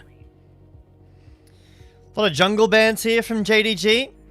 And one thing that they are really missing is damage. A really high damage profile, whereas Top Esports do have a ton of damage. They've got consistent damage with the Ashe. They've got burst damage with the Akali. They've got setup. They need more of a front line here. So JDG ban away some more engage with the Nefiri and this Nocturne, sorry. But what is the answer here for JDG? What's going to be the AD carry into the Ashe Seraphine? The Olaf ban, something that's been rising up a little bit in priority. Do JDG opt to take the AD carry here? I think that would be the smartest choice. And it's going to be the Mel locked in. So that's a lot of burst potential. Whoa, and the Mel rebuttal is going to have a lot of value in both the Ashe Enchanted Crystal Arrow and the Seraphine Encore. This is very magic damage intensive, though, from JDG, and I think Top Esports were at least sniffing out the potential for an AP bot laner for Gala. We know that Gala has had many Ziggs games for himself in the past, and that Olaf ban trying to at least identify a strong source of physical damage from the top side of the map. That being said, Top Esports lock in a tank for Zhuan, grab the Wukong for Tien as well, which will be a very, very strong fighter to have alongside this very, very utility-focused bot lane from Ashe and Seraphine. And JDG decide, let's give Xiaoshu the Zhen and allow him to at least scale as a very, very strong fighter for this composition. Yep. Thinking there could be a possibility of a Gnar or a Vayne. You know, the Sun pretty face up. But with the Wukong, the Akali, I guess it might be a bit too risky. They go for the Zhen instead, which is still a great matchup into the Sion. And with the triple melee, does make a ton of sense. It struggles a bit into the Ashe Seraphine. But again, I think JDG's draft is stellar. They've got damage now. They've got reliable ways of getting through the Sion. Super late game, maybe it might be a bit difficult, but with the damage split, it's really nice. They have a lot of catch. I was a bit worried after the Akali got locked in, maybe onto the Annie and the Mel. Cream can have a stellar game, but with Annie stun, with the potential of the Nautilus lockdown and the CC chain that comes after that, I think that individually, Top Esports need to perform exceptionally well to outperform the draft that JDG have. I think that that's a possibility if Annie gets a big lead. If the Ashe Seraphine bot lane gets off to a great start, which it definitely can do, and if Tian can, again, get the ball rolling a little bit better than he did in that last game, I think JDG might be a bit worried. But team fights come around. I think JDG's draft is superior in the team fight. Really? Because I'm a little concerned anytime you have no marksman on your side of the draft. We'll see how it all unfolds as we hit Summoner's Rift between JDG and Top Esports for Game 2.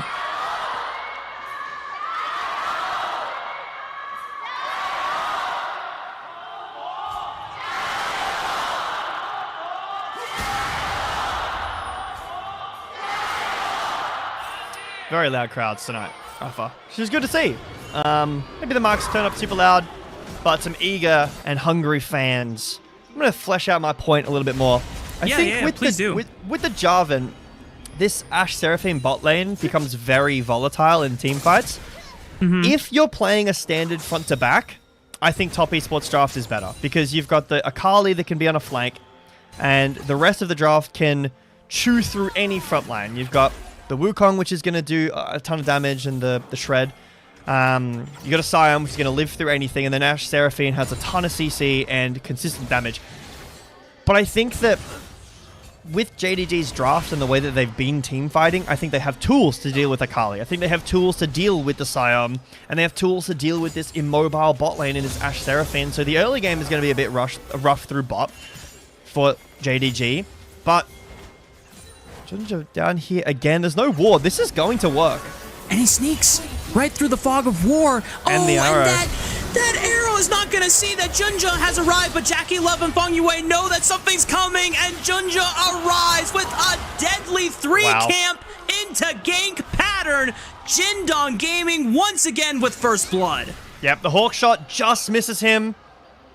No wards available because Jackie Love had used, both Jackie Love and Feng Yue had used their wards in the bushes down the bot lane to make sure that Vampire doesn't get a sneaky hook angle. Does cost JDG their flashes throughout the bot lane, but another great start from Junja, a smart start. And Tian back here to answer. I don't think he can close the gap well enough. There's no knock-up, so Gala should be okay. Unfortunately for Wukong, despite the buffs that he got recently where his early clear is better, his skirmishing and damage is better, he just does not have any ways of providing lockdown before level 6. It's all damage, and for Top Esports jungler, gives a little bit of relief and pressure for Top Esports so that Gala is forced to take that recall and use the TP to return to lane, but Junja getting the better end of the first impact on the map here. And we have to remind ourselves that Top Esports, they're playing a slower game this time around. This is a little bit like what I was talking about. I did more mean with the ult, but Junja's still got great tools at catching out this immobile bot lane. Once the flash has been burnt by Gala and Vampire, Junja just gets to do whatever he wants in that matchup. So really smart pathing from Junja, well played from JDG as a whole, and this puts them off to a good start. And now, with that lead that Gala has, and the threat of Ashe having no flash, this is 3 winning lanes for JDG. Junja can kind of just do whatever he wants still. He's not falling behind the clear. Forced Tian to at least take a pit stop on that bot lane after his own 3 camp just to make sure that things weren't continuously falling apart in favor of JDG. CS lead isn't really that much over Jackie Love's Ashe at the moment, but it is a slight gold advantage off of that first blood.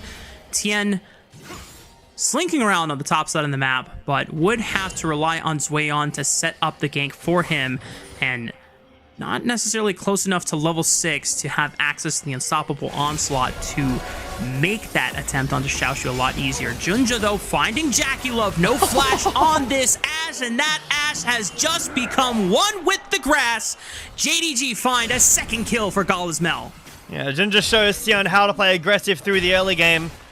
Wukong not so much a champion that wants to do that, but the synergy in this team is Very high. Great hook. Oh, the lollipop from Vampire forces Feng Yue to flash, and the pressure just continues to surmount for JDG's bot lane.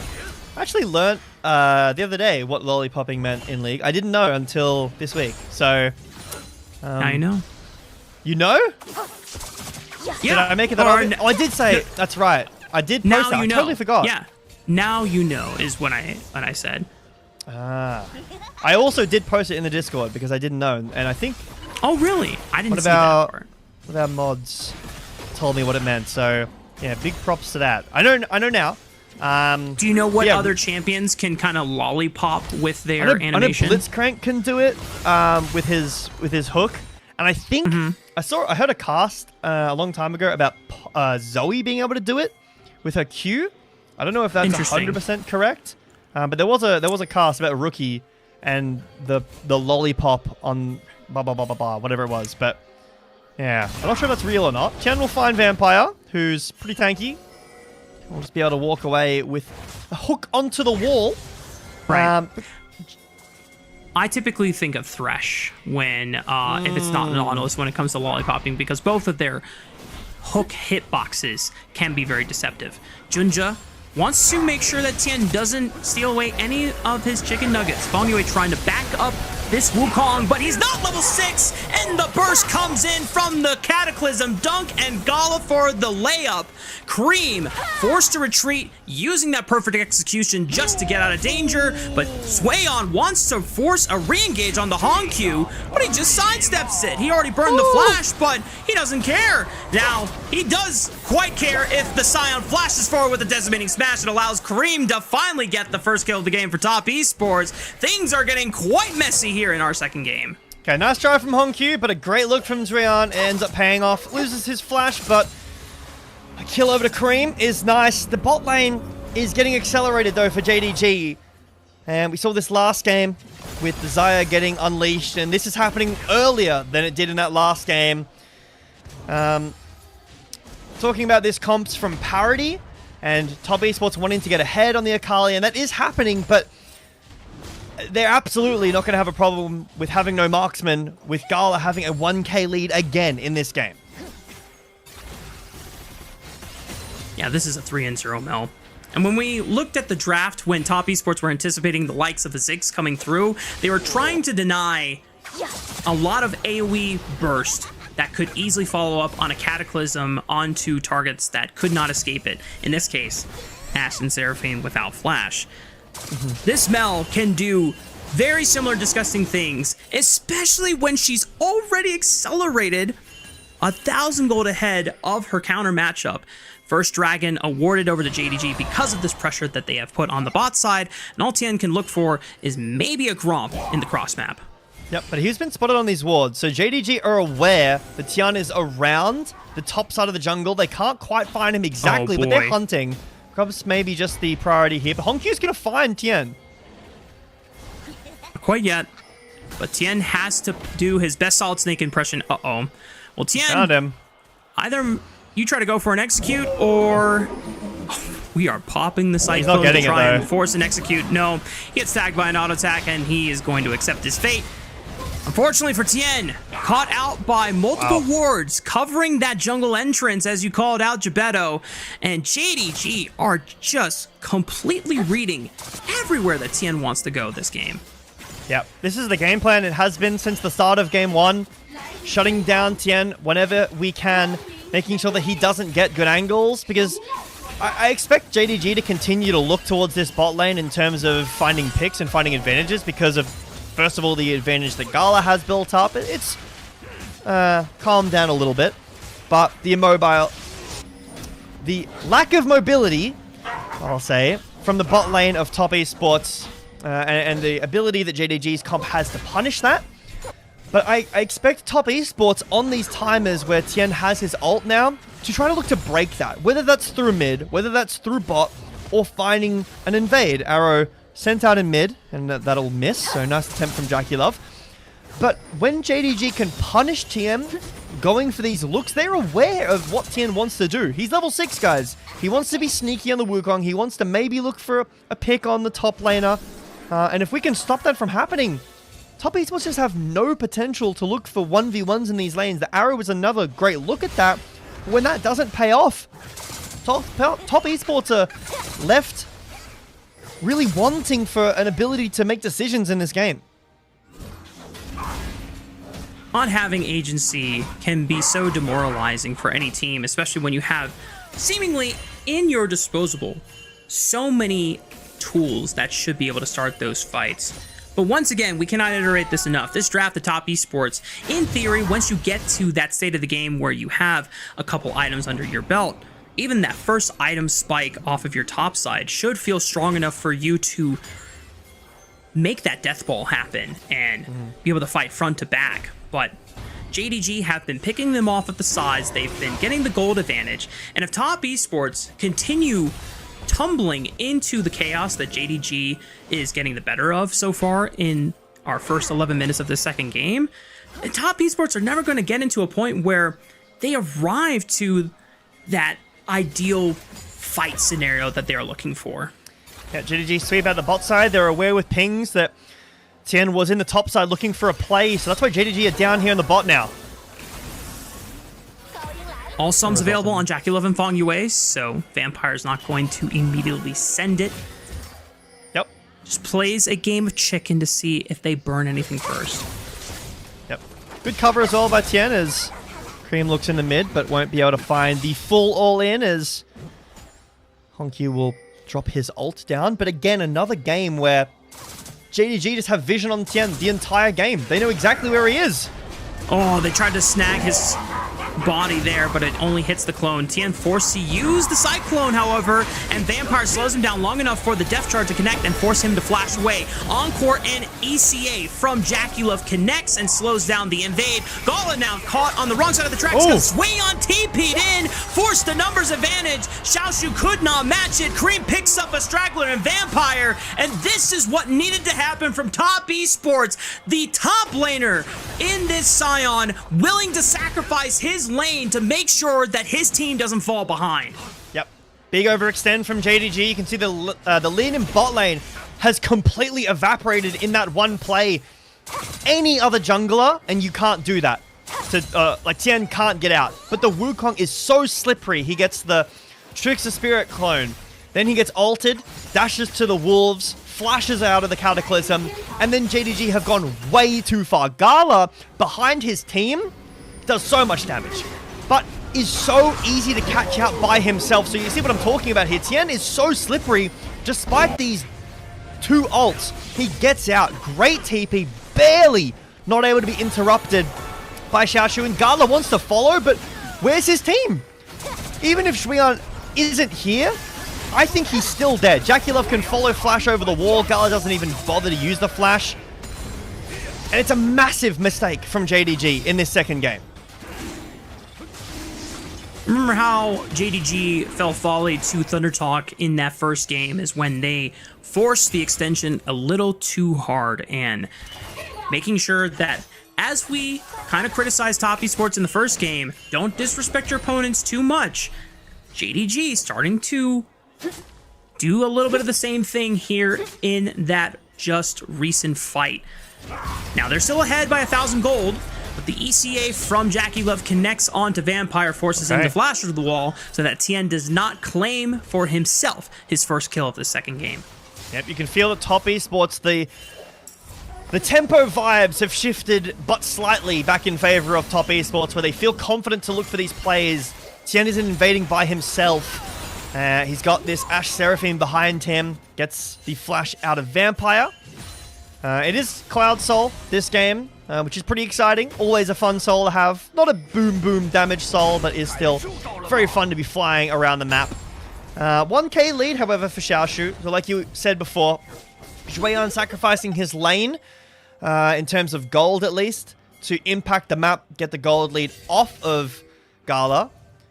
And Cream has a goal lead of his own. We're talking in draft about what Top Esports need to do to find advantages in this game. It's definitely gold on Cream. But how much is this gold lead on Xiaoshu going to impact the game? So far with the Trinity Force Power Spike, we haven't seen him really leverage that advantage just yet. But he's going to have the push now into Zweon Scion for now, being able to maybe control where JDG gets to go.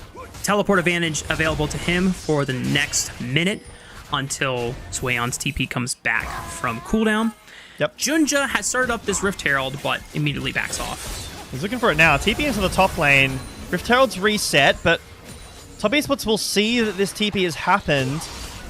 And the response seems to just be give it over for now, although Top Esports with this roam from Truan, he can ult down the lane, remember, he can join very quickly.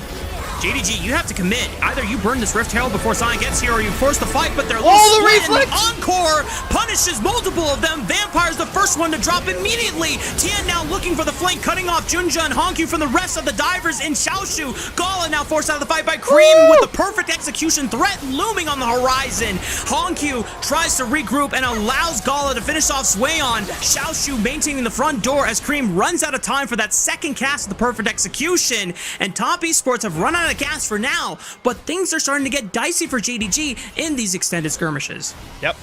Xian's still behind.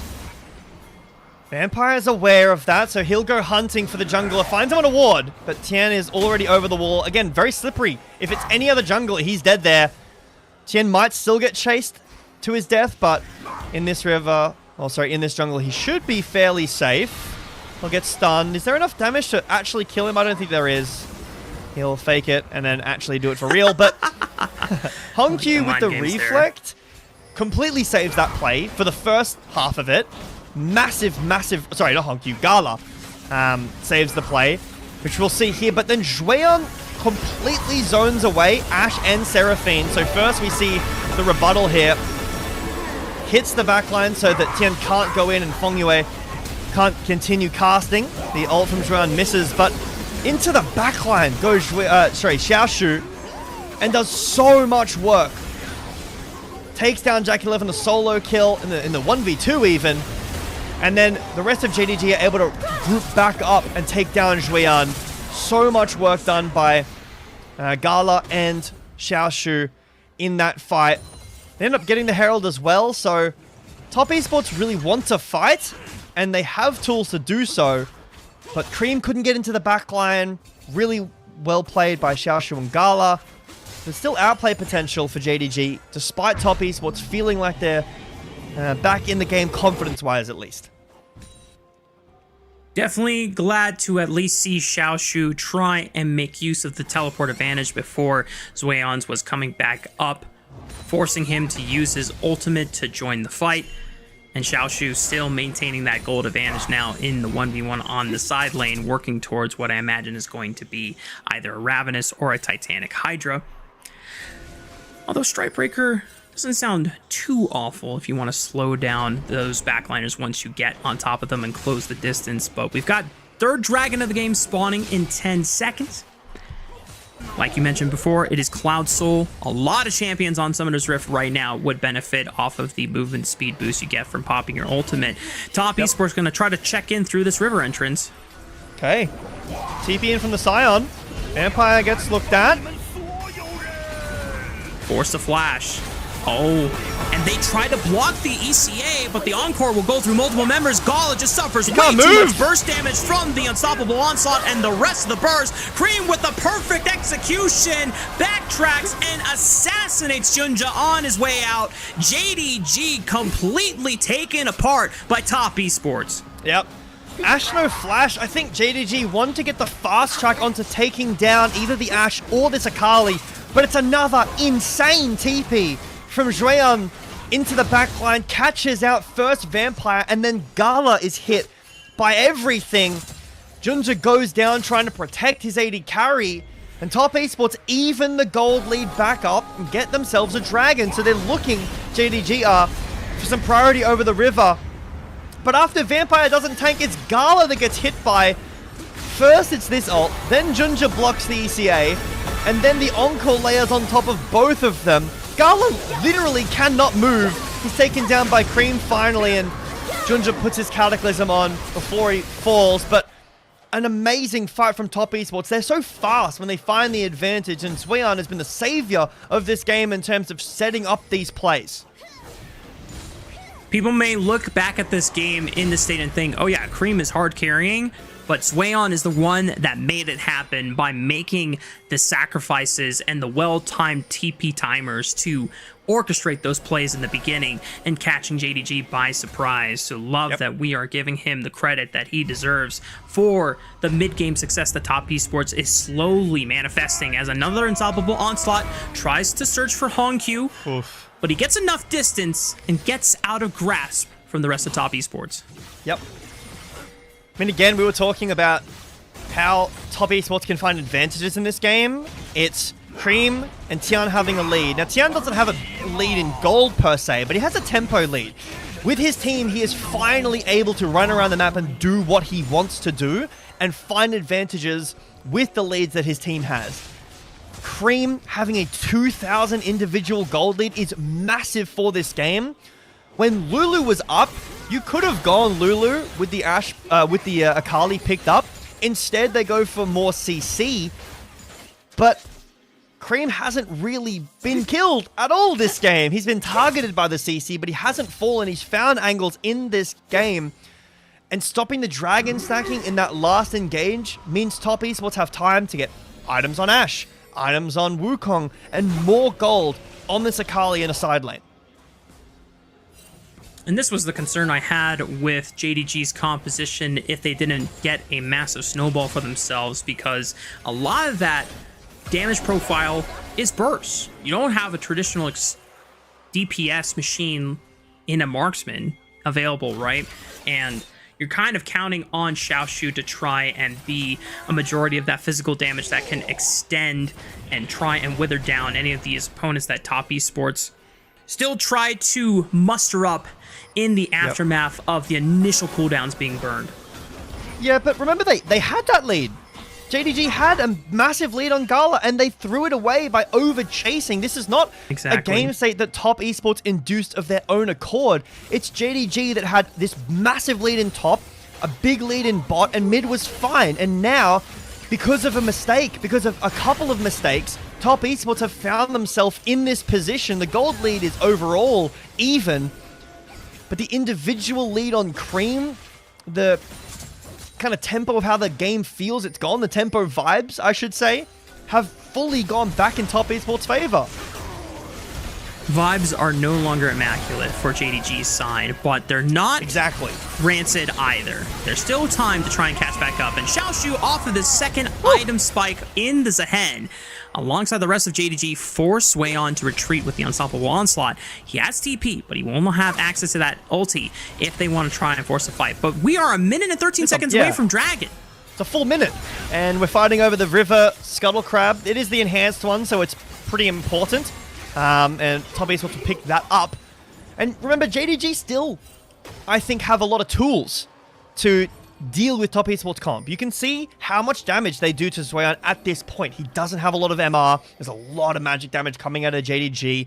Xiaoshu does a ton of damage as well with this Stride Breaker picked up.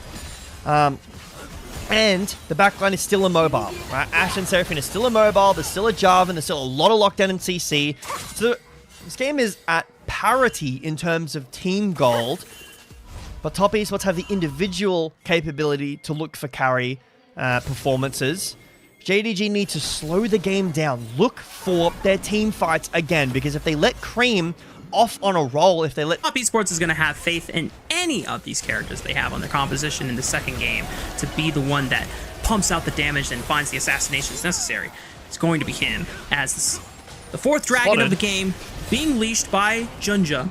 Cream spotted by that ward around the red buff. Yep. ECA goes wide, parts the river like the Red Sea. Swayan doesn't find the unstoppable onslaught. Stopped in his tracks. Patient play from JDG, but Tian finds a 4-man knockup with the Cyclone. Junja locks down Cream, but he's healed up by the surround sound from Fong Yue. The Seraphim providing so much value. Cream still survives. Looks for the killing blow into Junja. Gets the perfect execution into the 5 Kali strike. And Top Esports Esports outlast JDG's onslaught and come away with a 3,000 gold advantage. An insane fight from Top Esports because the initial engage completely whiffs. Cream is caught by the engage and the catch from JDG. I'm thinking, okay, this fight is done. JDG have settled themselves down. They've caught Top Esports. The engage is whiffed. The arrow goes wide. Jueon hits nothing. Cream is caught. And then Tien goes into the backline by himself and completely turns the fight around. It's the individual carry performances from Top Esports that are going to win them this game. Here's the whiffed engage. Cream is caught by the hook from Vampire. It looks beautiful. This is a great position, but Tien, Flash Cyclone onto 3 in the backline, and then he follows over the wall with the W that he still has available. A massive swing in this fight. And once JDG's composition is broken apart like that, when they're not the ones able to force the fight first, it's so hard for members like Annie and Mel to deal with these divers just completely suffocating them. You have to remember how ideally you want to send the Cataclysm, you want to send the Death Charge, and just from afar, like an artillery, dump the entire Mel combo. And they found Junja once again with the CC, and the Flag and Drag is not going to be enough to save him this time around. Top Esports now commanding a 5,000 gold advantage here at 26 minutes. Yep. Not only have Top Esports shown in this game that they can team fight just as well as JDG can, but also that you can't make mistakes around them. Honkyu's just dead. There's nothing that Vampire can do to protect him. But JDG have the lead, and if you make a mistake, Top Esports with a goal lead on their own will do this to you. Game 1 was a demonstration of what JDG can do when Top Esports disrespect them a little too much, and they're the ones that steamroll with the advantage. And now the second game is a recalibration from our Top Esports roster, being able to demonstrate when they are able to show some more patience, show some calm and poise. As they open up the base, Jueon will hold the line, and Vampire is just eating so much damage from the rest of Top Esports. Cream getting fancy with it, dashes back to that Shroud. And they will be given enough time with the Baron-empowered cannon minions here to completely wipe out that inhibitor. And they can continue the siege here in the mid lane as well. The gold lead has exploded very quickly up to a 10,000 gold lead. Look at that Baron power play. Plus 6,000 gold nearly. That is the most efficient Baron I've seen. They're raking it in. My goodness. Well, we have gotten back and forth looks from our two teams so far. So if this signals that we're going the distance, Gebetto, unless you think that it's going to be a cleaner look from Top Esports from here on out, I don't know. I mean, like, I definitely think, like we said before, you can never predict what is going to happen next. Yeah. LPL. I think this playoffs is definitely, that's how I feel. Anything can happen in this playoffs, but I definitely think Top Esports need to make a bit of better work out of their early games. In the series against Thundertalk, JDG's early games were in question, but this game, or this series so far, Top Esports' early games haven't been the most effective. And JDG are the ones who let it slip and give Top Esports the advantage. But when given that advantage, they look incredible, as Rian is a bit trigger happy with this ult. Baron has worn off. The Top Esports still happy to continue the siege. More than 10,000 gold ahead, with Cream having about half of that gold advantage just in his individual lead over Honkyu's Annie. I imagine the Top Esports are going to push their luck, relying on the strength of the super minions pouring in through mid and bot. And good night to Vampire, blown up off of the ECA engage from Jackie Love once again. It gives them time. Jueon just using the empowered TP to get the shield so he can walk on in. Cream already starting off the engage well and dances around long enough to buy time for Top Esports to eliminate more members out from underneath the Nexus turrets in JDG's base. Triple kill coming in for Jackie Love, and it's only Gala that can try and defend the remnants of his home base. But Top Esports are not going to give a damn. Flash from Gala, looks for the execute on the Jackie Love. He does end up getting it, and that just might hold off the defense for now. Top Esports will not be able to continue the siege, but it's still a 10,000 gold advantage. I don't know how JDG come back from this. Yeah, it's a tough one for sure, especially when Top Esports have so much catch potential with the fishing of the ECA, with the Encore. Shuyan, again, a bit trigger happy on his ult, but he's still looking for it. Top Esports are very aware of the advantage they have. And hero play from Gala sacrifices himself, and I believe they will lose both Nexus turrets. They will. So it's an open Nexus, which if you watch the series against BLG, is a soft spot. Don't leave your Nexus unprotected. I don't think JDG will do that, but hey, they've got a long way to climb in this series. Sorry, in this game to come back. We have seen teams claw back from deficits as grand as this. We have. And I'm still very, very skeptical that it's going to happen in this game, but I'll just... If you can't hear me knocking on my desk. Yep. Just to put it out there. But I think Top Esports have all the tools necessary with 3 open inhibitors, double super minions pouring in through every single lane. This should be the total amount of pressure that you need that guarantees you complete priority over the rest of the map. So they'll be able to secure this dragon and the Baron Nashor once it spawns. Yeah, if you really want to play this like 100% the most safe you possibly can, you, for some reason, use this Baron to set up for Cloud Soul, but I don't think that's remotely necessary. Defending triple inhibitor, or like triple inhib down against Baron is next to impossible. JDG are going to have to look for the most miracle fight they possibly can. They need to kill Cream. They need to stop Tien getting in the backline. They need to somehow chew through Jueyan at this point where he's got so many stacks. And these minions are pouring in. The waves are hopefully going to get synced up for Top Esports. Here comes the arrow. It goes wide, but they have so many more tools to look for catches. You got Encore, you got Cyclone, and you got Unstoppable Onslaught. You just got to wait for the right time to pull the trigger. And there you go. It is. Swayon is going to find a multi-man knock-up onto 2. Junja tries to at least force Jackie Love and Vongyu to back off for now, but you got to deal with Tien, who is just ripping apart Honkyu in the backline behind the Nexus Crystal itself. And just like that, Top Esports finally put the finishing touches on the second game. We've got a series on our hands. We're tied 1-1. Yep. The hubris from JDG in this second game. Let's Top Esports answer back in the series 1-1. And while Top Esports' early game did look a bit here and there, they found the advantage as soon as it was presented to themselves, and then they never let go of their lead.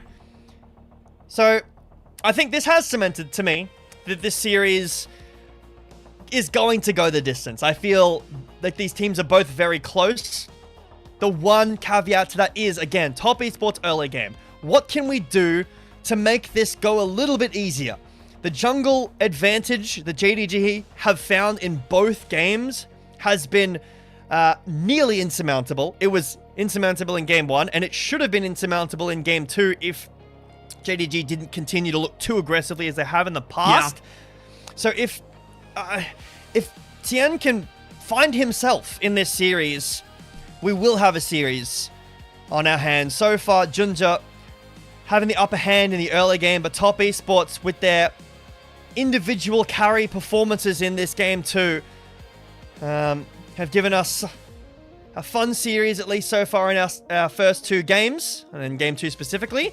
Fongyue on his Nautilus, taking down a peg as well. I was surprised to see that.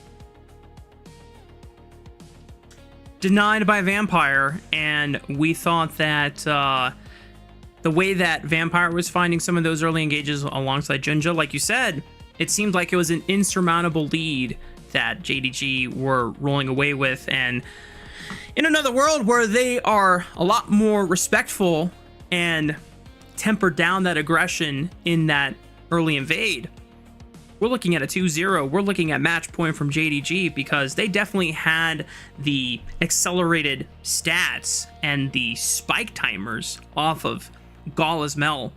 You can just blow up any target that you want off of a Def Charge, Cataclysm, or an Annie engage. You don't even need Swayon. Swayon was going to be your insurance policy once Swayon started joining the fights. But the problem was that they just couldn't get much back off of it from the fact that Swayon had a gold advantage. And I think you called it and he highlighted it in the mid game is, yes, Swayon has an advantage, but Cream having an advantage feels much more significant, especially when you look at the characters that he can easily assassinate on the side of JDG.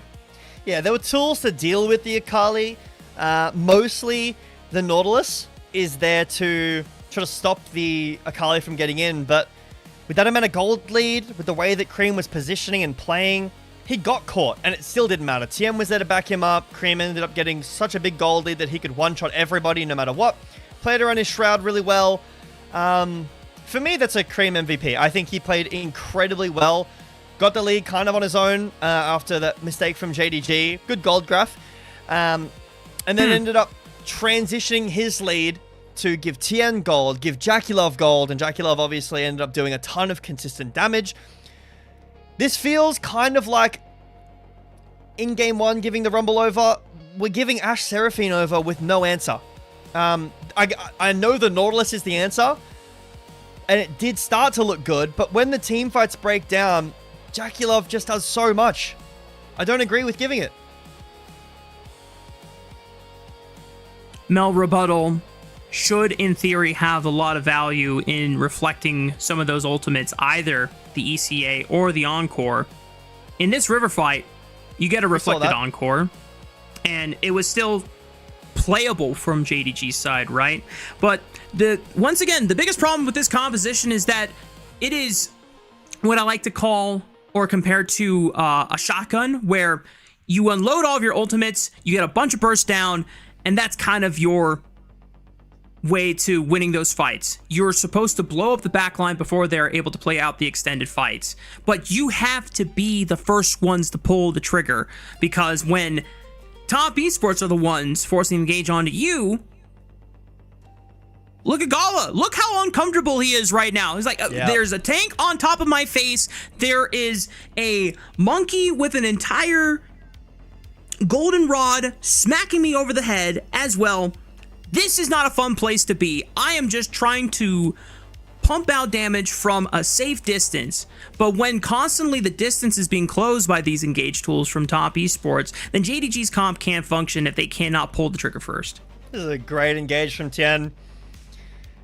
Kind of different fighting. The way that JDG fight is a lot more together.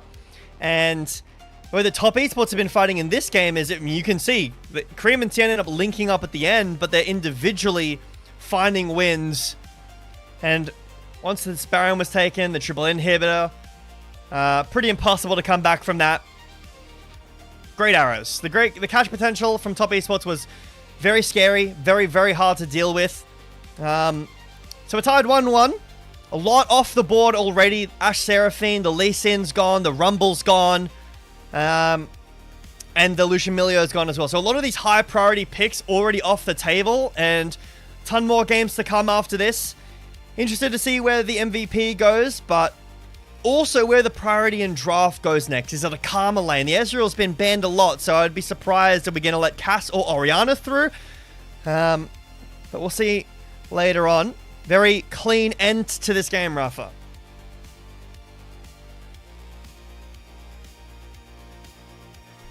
Want to reiterate what your focus is for both teams should be. Is that top esports, despite being able to make the comeback in the mid game and punish JDG's overextensions, we're still not convinced with how they're playing out the early game, and we're still not convinced with the decisions that Tien is making in trying to contest Junja.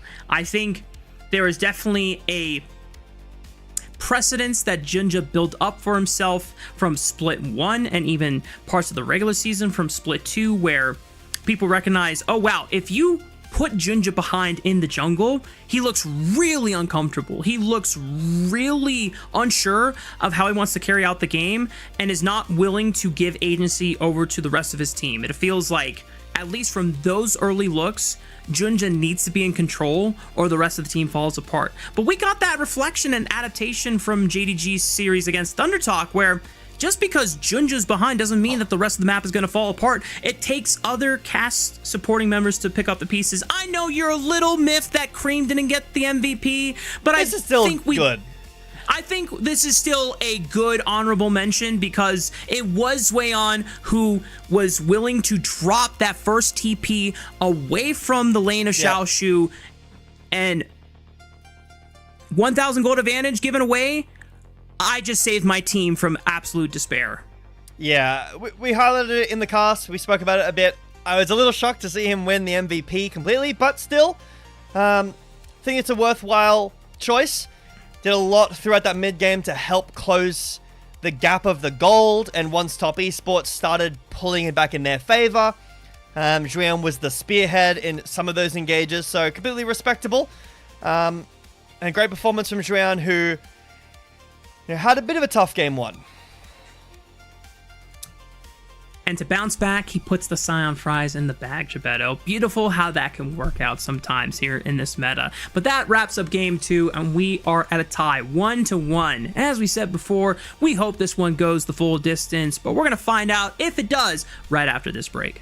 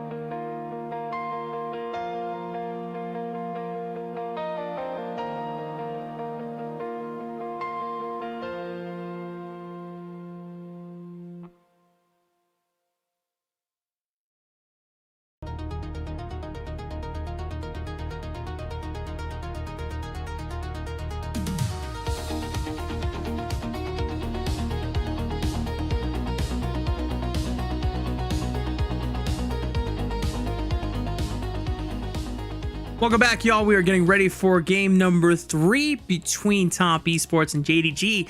Our upper semifinal series is tied 1-1.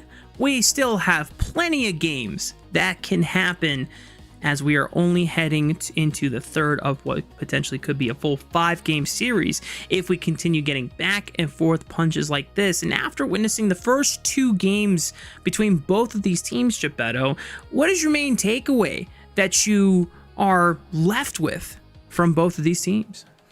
I think we need to have a serious conversation and a closer eye on the early game from Top Esports, specifically through jungle, but just the team in general. Both games back-to-back now, the early game hasn't looked super solid for Top Esports.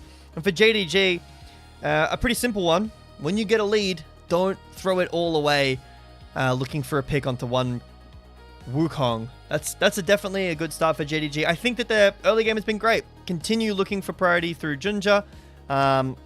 You've been talking about getting Hongkyu on something that he can, either carry late game with or be a control mage style with, and that could be a great look too. Maybe steer away from the TF, and if you do go TF, don't go anywhere near bot tier 1 tower. Avoid that area of the map, as there's some previous issues down there in the bot lane. I think in theory, JDG, with the early snowball that they found with the 3-camp opener gank on bot lane, all great in theory and concept, but then just making sure that when you're constantly pulling on your side lanes to invade with you, there is a time when someone needs to say, we are doing too much. We need to pull back now. Abort mission. Please, please get out as soon as possible. And Top Esports, recognizing that they had crossed that line, was the opportunity where Zueon could come in, force that numbers advantage. Xiaoshu not able to respond. Now going forward, this could be an ever-extended game of mental chess and both teams trying to figure each other out and where they are at consistency-wise, because like you said, Top Esports, despite winning the second game, early game jungle state still didn't look clean from Tien, and it only came from the bailout of Zueon TPing in and the rest of the team coming together to form that 5-man juggernaut comp so strongly that they were able to pull it together for a second game win. Yep. We should be getting to draft soon. We'll see where the priorities are. Like we were talking about at the end of game 2. A lot off the table. Some bot lane combos, some junglers. But still, the Varus and the Orianna remain in bans. I would imagine that the Cass will also remain in bans. Been seeing a little bit of the Anivia in some other regions. Cass getting let through, the Anivia getting played into it. But here in the LPL, not a ton of Anivia getting played. So much happier to just ban the Cass away. But actually, Vampire's most played this split, I believe. So getting some shout-out bans there. And despite aforementioned incidents on TF, Hongkyu will catch a TF ban on his own, right? So I think those junglers, really high priority. Pantheon, Nocturne, Xin Zhao, Trundle, Nefiri, all very either first pickable or at least top 3 pickable. High priority on all of those. So this is interesting, Geppetto. JDG, given the option, asked for second pick, which is why Top Esports then got blue side. Or at least JDG wanted red side and Top Esports said, well, we'll get first pick and blue side on top of it as well. Trundle Band comes out, respecting that pick from Tien. Karma, for the first time, is let through the draft phase. That said, okay, not let through the draft phase, but it's the first time that she is noticed in the draft and picked up. But JDG split up the Karma Ezreal duo. Bard not available as the next most common pairing with Ezreal, but the Nocturne for Junja. This was banned against him 16 times during the regular season. There's a reason why for that, Geppetto. Yep. Very proficient on this champion, and it's very scary. Allows him to be super aggressive in the early game. Raptors invade. Seen that meme a couple of times with the Nocturne. It's time to invade Raptors again at level 1. I was maybe expecting the Caitlyn Karma, with a Xin Zhao picked up here. Xin Zhao, Karma, great pairing. It will be the Xin Zhao. But the Sivir instead looking for a bit more wave clear, a bit more late game hyper carry potential, as Top Esports toying with a couple of ideas here. Maybe the Jace, maybe the Cassante, looking for a top matchup and willing to give or let the Jace get, the Xin Zhao get banned away. The reason the Xin Zhao is in my mind is because with the Trundle banned, the Xin Zhao with Karma setup looks great, but instead Top Esports are choosing to, with the Sion fearlessly banned away, take the Jace for themselves, and then they can ban some top laners or some supports, whichever doesn't get picked up here for JDG. Does Tien have an Olaf in his champ pool? That is where my mind is going right now, because Sivir, Karma both give you incredible bursts of movement speed, and Olaf, in theory, would be able to just ruin Nocturne's day, running him down. Now, already Olaf will get some value into the likes of Nico Pop Blossom, because you can just Ragnarok through the knockup, through the Tangle Barbs route. Ezreal might be a little bit more difficult, because even if you have the movement speed to track him down, he backs up into a wall. Here, Arcane shifts over it, and then if you flash, then he flashes, and you're not going to be able to really continue the chase onto him. But they ban the Olaf. Well, Top Esports are the ones that ban the Olaf. They do respect that Xiaoshu has been able to play it in the past. So Maokai, Xin Zhao, like you mentioned, Geppetto, both of those junglers are going to be gone. And unless this Jace is flexed to Tien instead, then you really are coming down the totem pole of available picks here for Tien. Yeah, great Maokai angle. A lot of AD already picked up. It's great with Jace. And we already talked about the Xin Zhao pairing with Karma, also with the Trundle being banned away. So Honky will take his Victor, something that in the previous series against Thunder Talk he looked great on.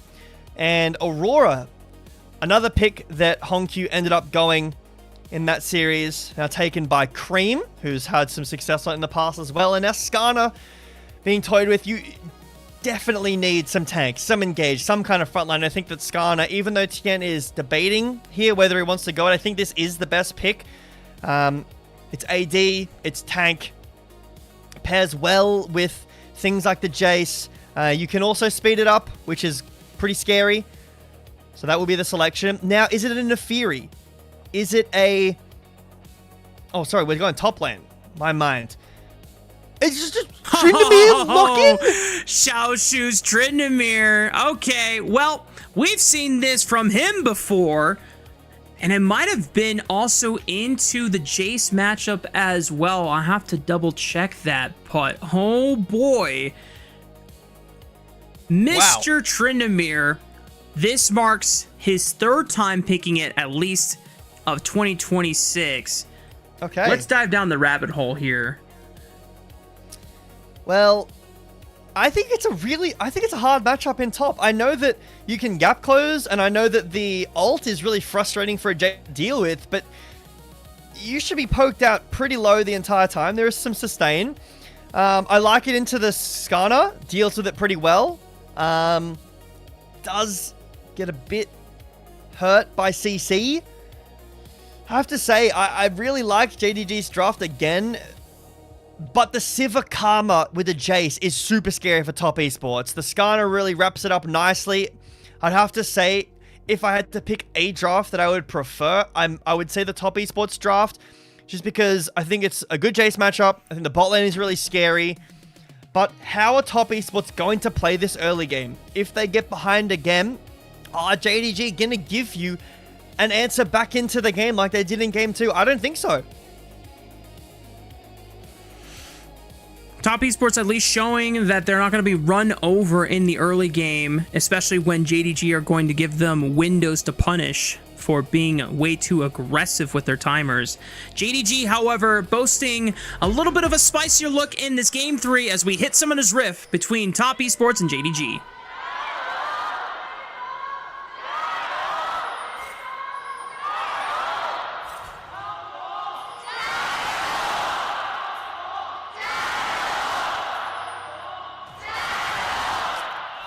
Definitely louder on the Top Esports side, Rafa. Ginger going for those Raptors, but he will be thwarted These chicken nuggets are not yours, Junja. Go somewhere else.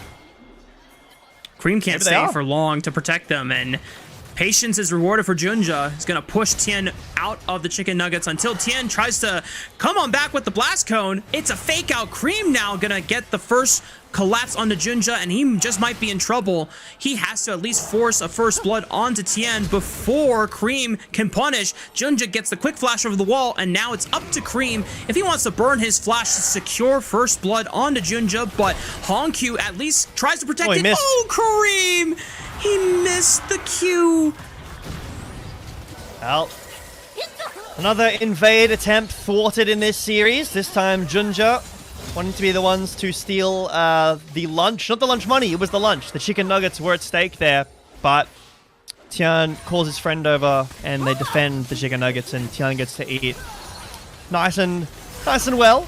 Some flashes burnt, and health bars are low. You can see that Junja actually spotted on that blue ward, I believe, before it ran out in the top side at the Raptors camp.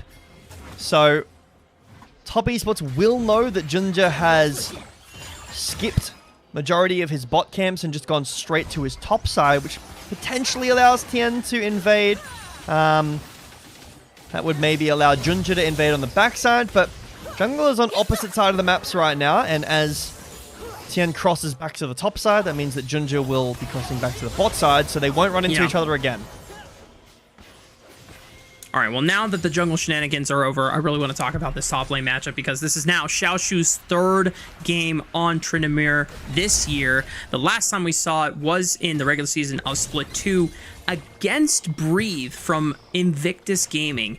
It was into the Jace like before, but with a different rune setup. Xiaoshu was running Grasp and went for still an aggressive crit build. Ravenous Hydra in there for sustain and wave clear, but still the likes of Flicker Blade and Lord Dom's regards. He's running Halo Blades now. Yeah. And I think there is a build that I saw pop up on a lot of Tryndamere mains in solo queue recently where you're going the likes of Voltaic Cyclosword as well, just to get that early burst of damage on top of it.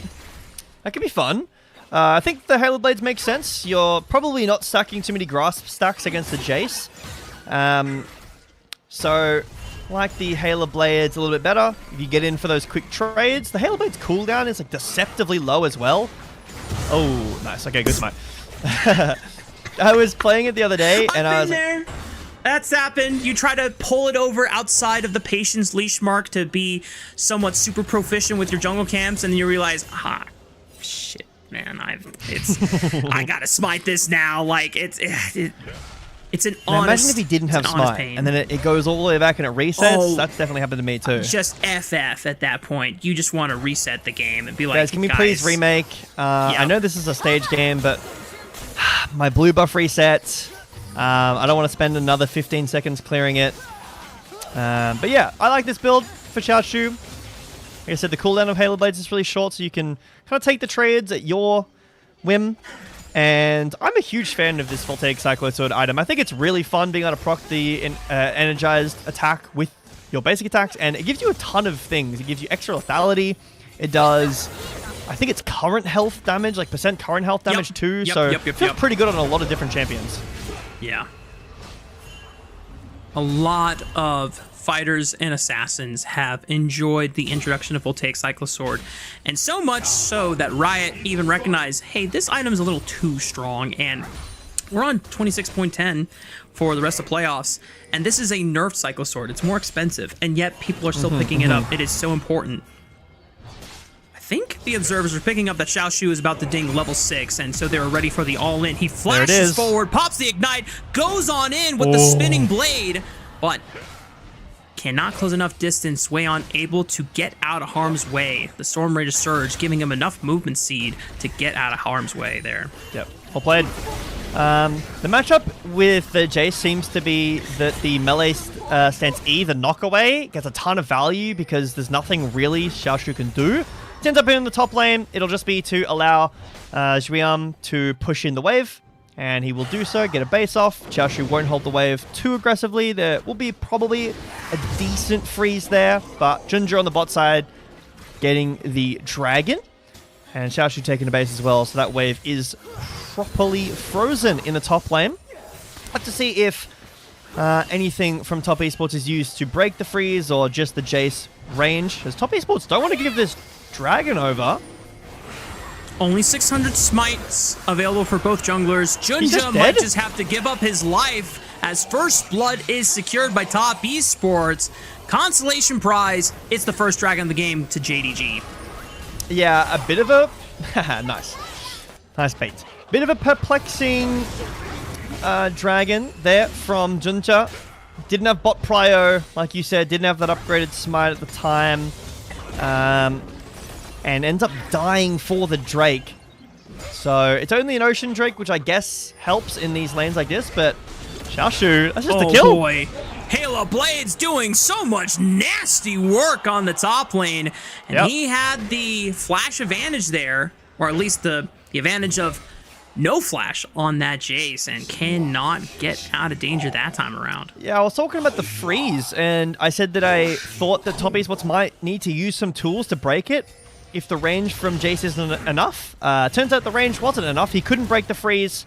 Shuyan walks up by himself to try to break it, and ends up dying. He's down a full level, too. He's down 400 gold and a full level off of that freeze alone.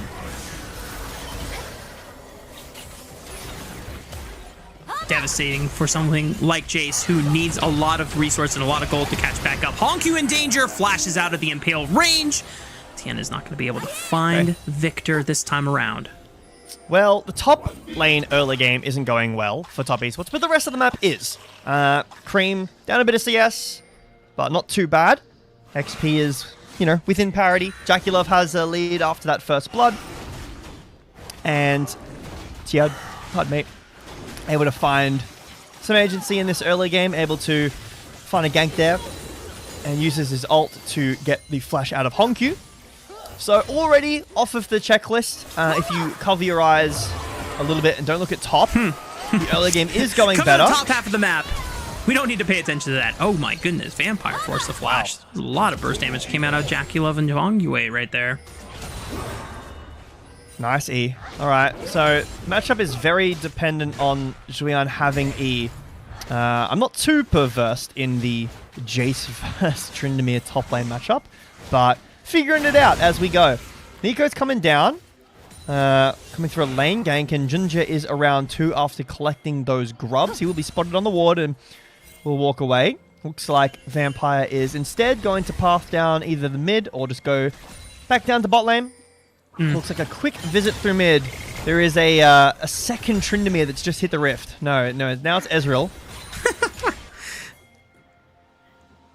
Who knows what might grace Summoner's Rift now from JDG? It could be anything. Could be a wolf.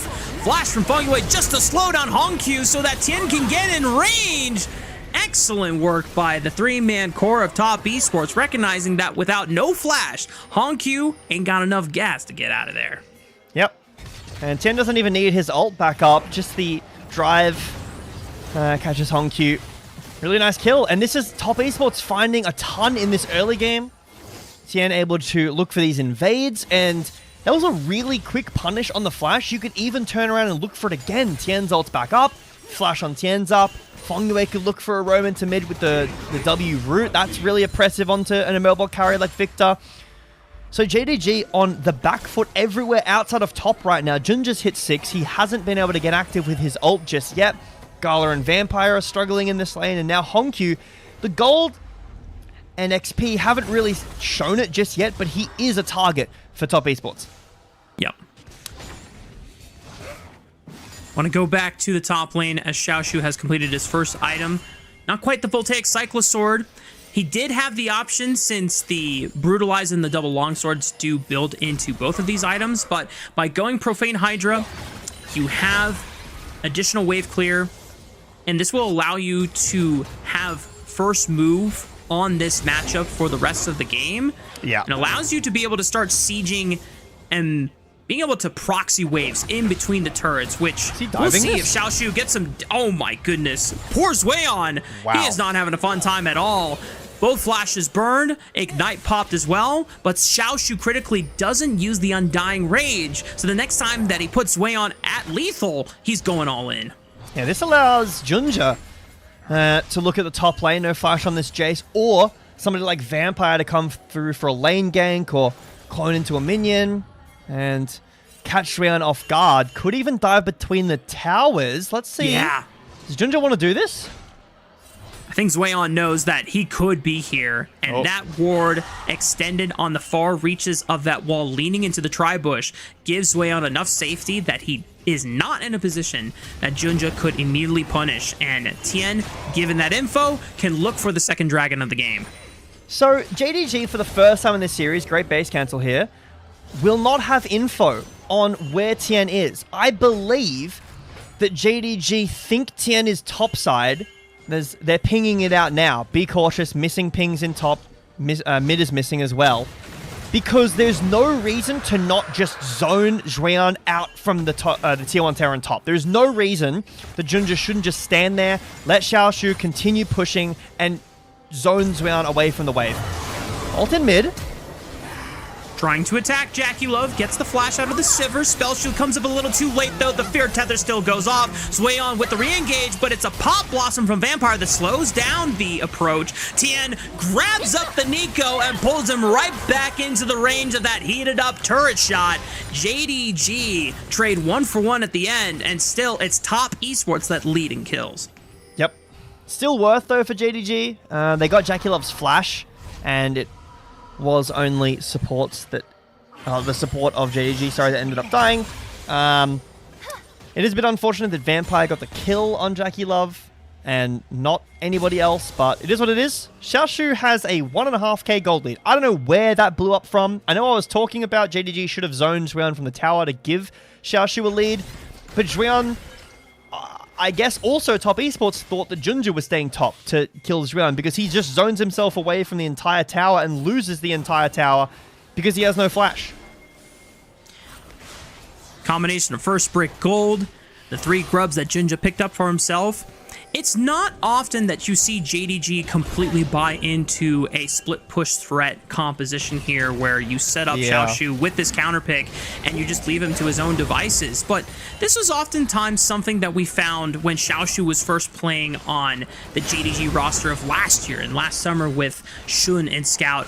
And we knew that he was very proficient on the likes of Mbessa and Renekton and Cassante. Sometimes he would pull out a Yorick. And the Yorick was really good for JDG to be able to at least split up the map and Top Esports. Potentially finding Gala here, getting the flash out of the Ezreal. He's going to be a little less safe the next time he finds himself in a scrap. That's an interaction I didn't know that went that way. Gala E'd, and it got cancelled by the push from Tien into the wall. I thought that he would flicker over the wall instantly, so Gala has to flash because his E is now on cooldown. That was very interesting. I've never seen that before, but I guess Skarner is just that champion. Remember when he was like reworked and in top lane and could like EU in like forwards and instantly turn around and pull you back towards your tower? Yeah, that was really tough. The swerve on that was diabolical, and they had to reduce how much of a turnaround you could get on the pivot. Xiaoshu once again recognizes, hey, my flash timer is similar to Zueon's, but Vampire was trying to back him up as Tien and Jackie Love are going to ruin Vampire's day, and he gives up his life for the greater cause. Hongq TPing up to the top side and finishes off Zueon, making the retreat with a nicely timed death laser. Another trade, 1-1. Gold lead starting to fall upwards in JDG's favor, but Rift Herald has spawned, and Top Esports are the first ones in the river. Yep. The closest early game we've seen so far, no true lead. I mean, there is a big lead for Xiaoshu, but no true lead in terms of team play. That's the upgraded TP, or the quest TP used from Xiaoshu. He's on a bit of a flank here. Top Esports getting sandwiched. You have to be careful because Undying Rage is still available, and Xiaoshu is by far the strongest member here at this point in the game with his advantage, and they're giving him enough respect. This Tryndamere alone, while yes, it hasn't really gotten that many kills, it's just 1-0-1, the pressure that it has completely warped on the top side of the map has changed the game for Top Esports and how they have to approach it now. Vampire looking for Tien, but has flash, so he should be able to get away. That's the Arcane Storm used as well. Later on, I think that Top Esports do have tools to deal with Xiaoshu. They have plenty of damage, and he's very squishy, so they should be able to chew through him. And they have a good amount of CC as well, mostly from Tian to lock down Xiaoshu in his ult, or even stop him from ulting with the suppress from Tian's ultimate. So that JackeyLove and Kareem and Juan can kill him in a fight. But right now, they can't. They can't do it. He kills everybody way too quickly. So they have to play incredibly careful around timers that Xiaoshu can be there. And that means that JDG, despite being down in almost every other role, can still do basically whatever they want. Because when Xiaoshu's there, they win.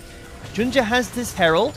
Dragon is up in 10 seconds. A lot of flashes burnt off of JDG's side. Tien has ultimate. Feng Yue always can fish with that W, but if Xiaoshu's there, which he is, it would be a bit of a problem. And at the 17-minute mark here in Game 3, this has been the most respectful that both teams have been towards each other when it comes to overextending on plays, recognizing a TP coming in, and what kind of stakes could be placed on top of that fight. And it's forced these teams to reconsider whether they want to double down or not. Right now, though, Third Dragon is the main contest that is the focus for both of these teams. 2,000 HP on the Dragon. Junja throws down the Paranoia, guarantees the Dragon going over the way, and Vampire finds the Pop Blossom onto Tien, but Junja in a world of trouble, caught in between the worlds of Hongq, or Cream, I should say, and Hongq is the one that's on the retreat. Xiaoshu tries to use the pressure of the Tryndamere, but like you called out, Gebetto, they have enough movement speed to be able to kite away the dangers of Xiaoshu's Tryndamere, and ace for only one. Top Esports find a massive destruction of JDG in the river. Yep. Xiaoshu gets in. He's able to take down Tien, but CC from Top Esports, the movement speed is just too much. They're able to avoid Xiaoshu in his ult, and already Siva starting to become a fountain laser. It's going to be a bit while longer, but this is a very strange engage from Junja. I don't really know what he's looking for. It's not on the Pop Blossom targets. It's by himself. So he has to flash out. Look at Xiaoshu. He's by himself. He doesn't really have a target. Goes in, gets CC'd again. Has to ult, flashes in to take down Tien. There is enough CC to deal with this Tryndamere. I thought that maybe it would take some time for the tankiness of Top Esports, for the damage to come through, so that they can deal with Xiaoshu effectively, but the time has come. This Tryndamere is already looking less useful than this Jace. Paranoia, where they're going to try again onto JackeyLove, but he has Flash this time around. Didn't use it in the prior fight. And now Junja, who didn't have Flash after the Dragon skirmish, just gets punished by Top Esports. Yep. Again, overextending from JDG. Another really strange engage from Junja. He's by himself. Even if JackeyLove doesn't have Flash, do you kill there? I'm not convinced you do. I don't think you should be confident in that play to go for it, but Junja extends, gives another kill over to JackeyLove, who's now sitting at 2.3 thousand gold lead. Xiaoshu is fully investing into I flash into the backline, press ult, and one-shot JackeyLove. That is the game plan from here on out, Rafa. Junja goes in, Vampire needs to find a great angle, and Xiaoshu needs to one-shot everybody, mainly JackeyLove, but as many as he can. He's gone full lethality / crit. This is going to be Tryndamere with one mission, as you highlighted, assassinate JackeyLove in these fights. Without Flash, that should be a lot easier to pull off, especially when he finds the right flank angle, but not having access to any other utility that gives him a personal movement speed boost to close the distance further means that he has to pick the right flank angle. It has to be one that is opposite that of Vampire or Junja, so that naturally JackeyLove, or the threat that he is trying to pin down, is pushed into him as a means from JDG's engage on the opposite end of the pincer there. But with Top Esports now finding themselves a 3,000 gold advantage here at the 20-minute mark, majority of that on JackeyLove's head, he and the rest of Top Esports should recognize that he is going to be the #1 target that JDG hunt for in this next fight. And he's only at 2 items. This Sivir is going to get much, much scarier the longer the game goes. JackeyLove's already deleting waves. No one can step up to him, especially with this Karma. Very scary and concerning look the JDG need to find an answer to. And maybe Xiaoshu is that answer. Maybe he can look in and find an angle onto JackeyLove and one-shot him. Because when he does, there's a lot less, like a significant amount less damage on this top esports draft. On top. Oh, Xiaoshu rams into the wall with the Ishtal's impact, but they turn it around with the Paranoia, and the Undying Rage at least allows them. No!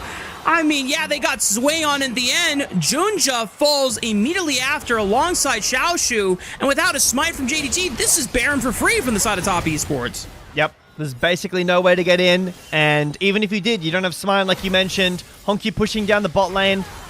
Nice shoe shot barrage will do a decent chunk of damage. But again, it's top esports having tools to deal with this Tryndamere. If this was a game in which Xiaoshu can get into the backline and no one can CC him, because there isn't any, maybe it looks much better. But in this game, Xiaoshu, the knockaway from Xueyan, the CC from Tian, the movement speed that Sivir and Karma provide, plus the tether from Fengyue, there's just too many tools for Xiaoshu to deal with. There is an angle where he can find a perfect flank behind, in which top esports' fight is not super pretty, but Dragon's up. This is soul point for JDG. They're trying to burst it down fast. So we put them at soul point if they can secure it.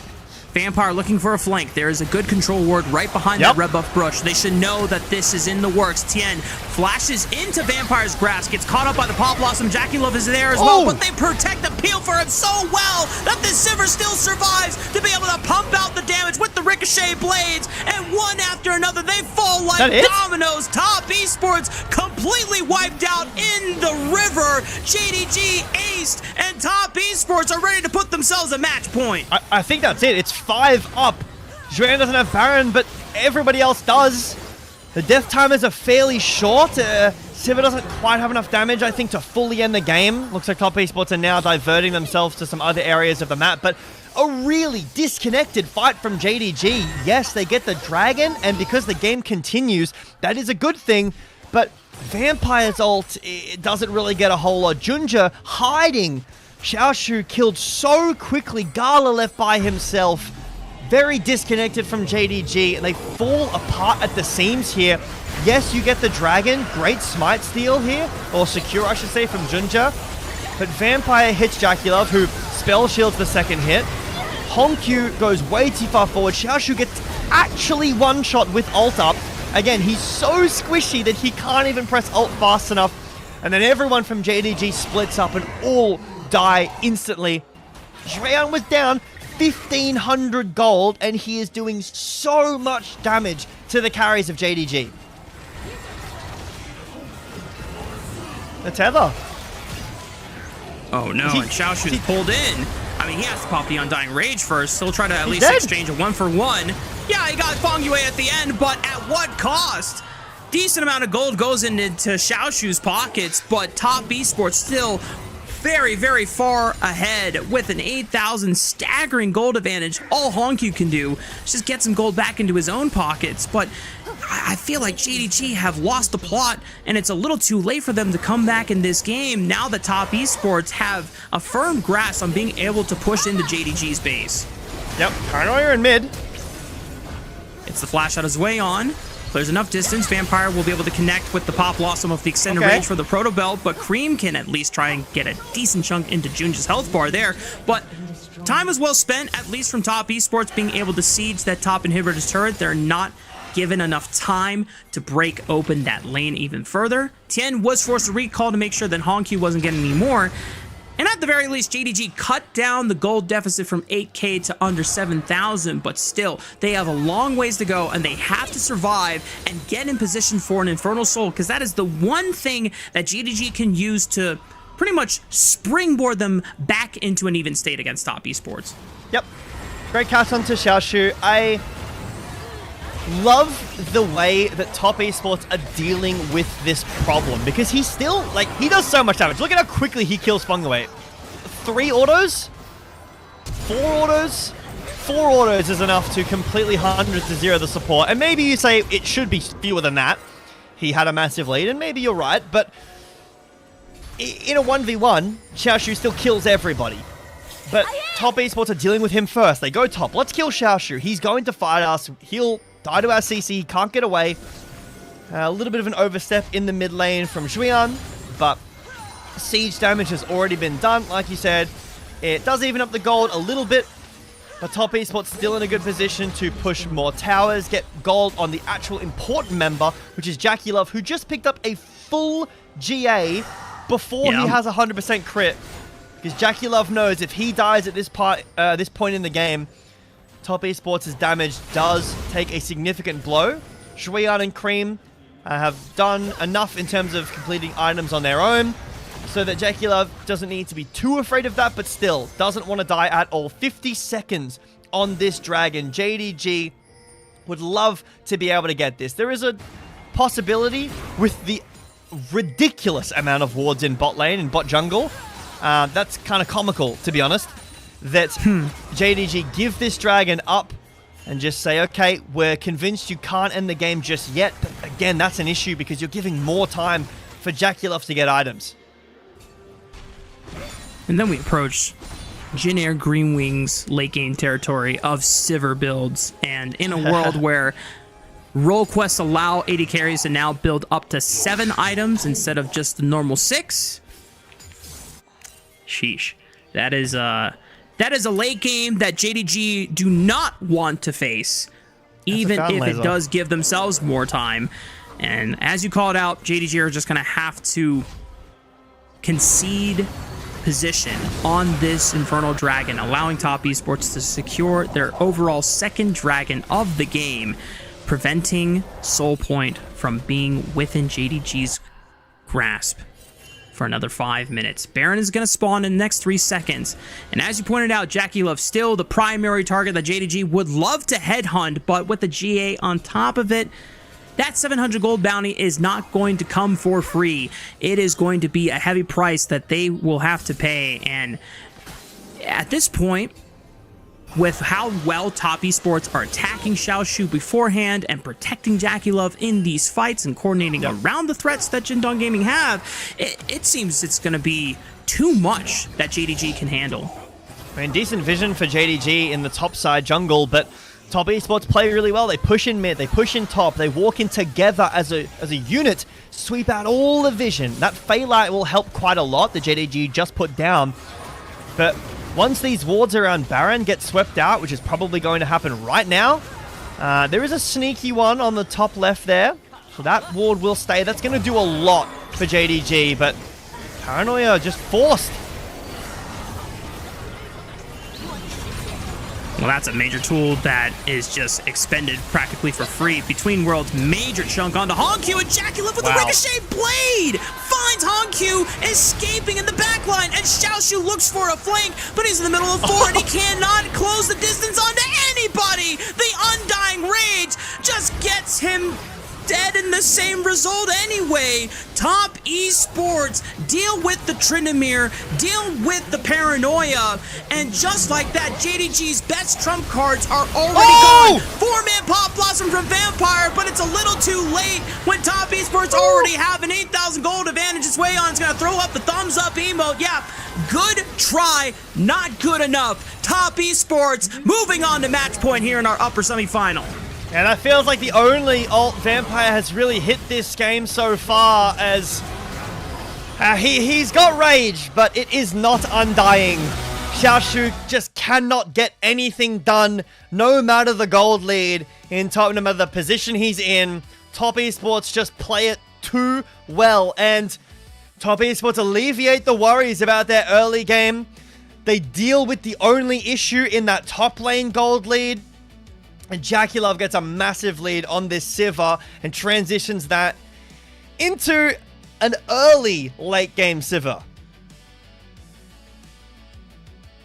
I think the GA purchase was so valid, and just a heads up recognition of who is the most valuable target that JDG are going to try to hunt for in getting a surplus of gold back into their pockets to even up that deficit, and just makes it even harder for JDG to really consolidate a right target for them in those fights. And when everyone is constantly put on the back foot and they cannot find the coordination that we thought was going to be a consistent pattern from JDG off of the strength of that game one, Top Esports have not only dismantled it at the end of game 2, but they returned back to a better team fighting form that those paranoias that Junja was supposed to be so infamous for had practically no effect to this game. Your camera not feeling too good after that one, it seems. Feeling like Junja's Nocturne, let me tell you. Well, he did turn the lights off a couple of times, so maybe you got hit by paranoia. Top Esports definitely didn't get hit by paranoia. No, I think JDG got hit by their own paranoia after recognizing, oh no, we're not winning with our advantage. What is going on? Our Xiaoshu Trinomir had this 1,000 plus advantage from the lane, took first brick by himself practically, was spanking Zweon in the side lane, but then you get to the team fights, and as you called out, it's just not enough utility. There's not enough lockdown to guarantee that Xiaoshu can just dump out the crit damage on top of people. He was dying so fast too.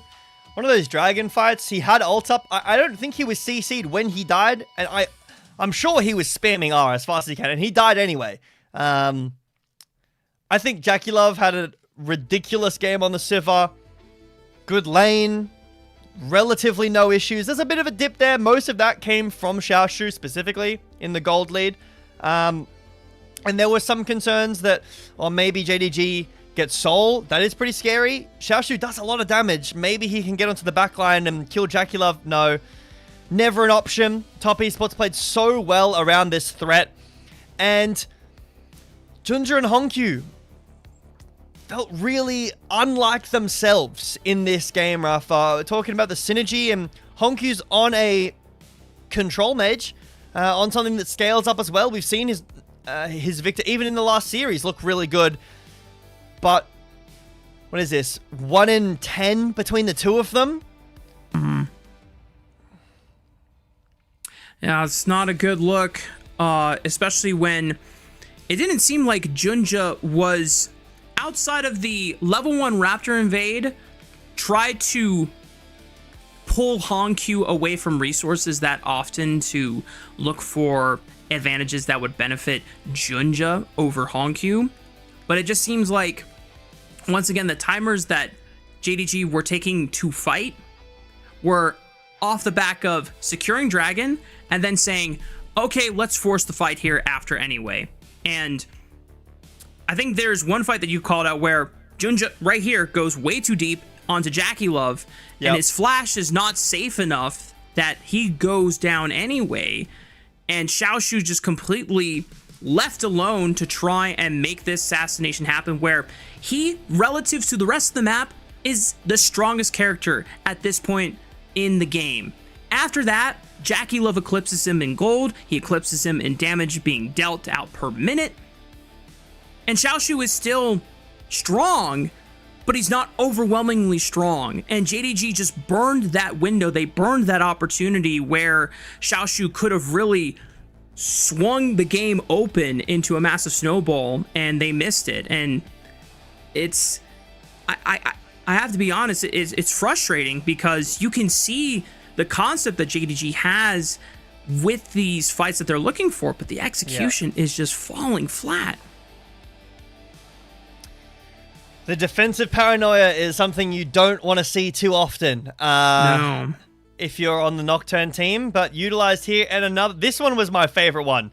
The kiting was so perfect. Yeah, the ricochet was, that's pretty unlucky to be honest. But Xiaoshu uses his dash, and then Top Esports say, hey guys, he can't get on top of us anymore. Uses the second one. Can't do anything. Perfectly kited by Top Esports. It's not an easy thing to do. If one of you make a mistake, you die. So, well played from Top Esports. This is I was super excited about this 4-man Pop Blossom. It didn't end up resulting in anything. Juan just zones Gala away. Really well played from Top Esports. It feels like they've found their rhythm in this game and in this series. I just want the team that advances from this upper semifinal to show the cleanest League of Legends. That's all I care about going into the upper final, because if you're going to be a top 3 team and one best of 5 win away from going to MSI,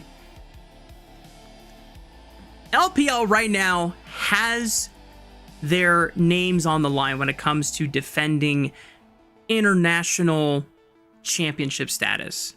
BLG in hot water going into the lower bracket after the WE opening round in the upper bracket, right? So Top Esports and JDG are the next ones that people are going to be looking at, apart from anyone's legend, as, well, if BLG are starting off lower bracket, then who is going to be the other team that then should be a guaranteed shoo-in for an MSI representative? And, well, anytime Jackie Love is on Top Esports, you feel like Top Esports will at least be in the conversation, and that performance on Sivir was exactly what the top boys needed to rally behind and make sure that they had a win condition they could protect and then guarantee a win, despite Xiaoshu starting to pull ahead on that Tryndamere in the side lane. But Top Esports now find themselves at match point. We'll see if JDG can claw it back to force us to Silver Scrapes for Game 5, or if it's going to be Top Esports with a gentleman's sweep right after this break.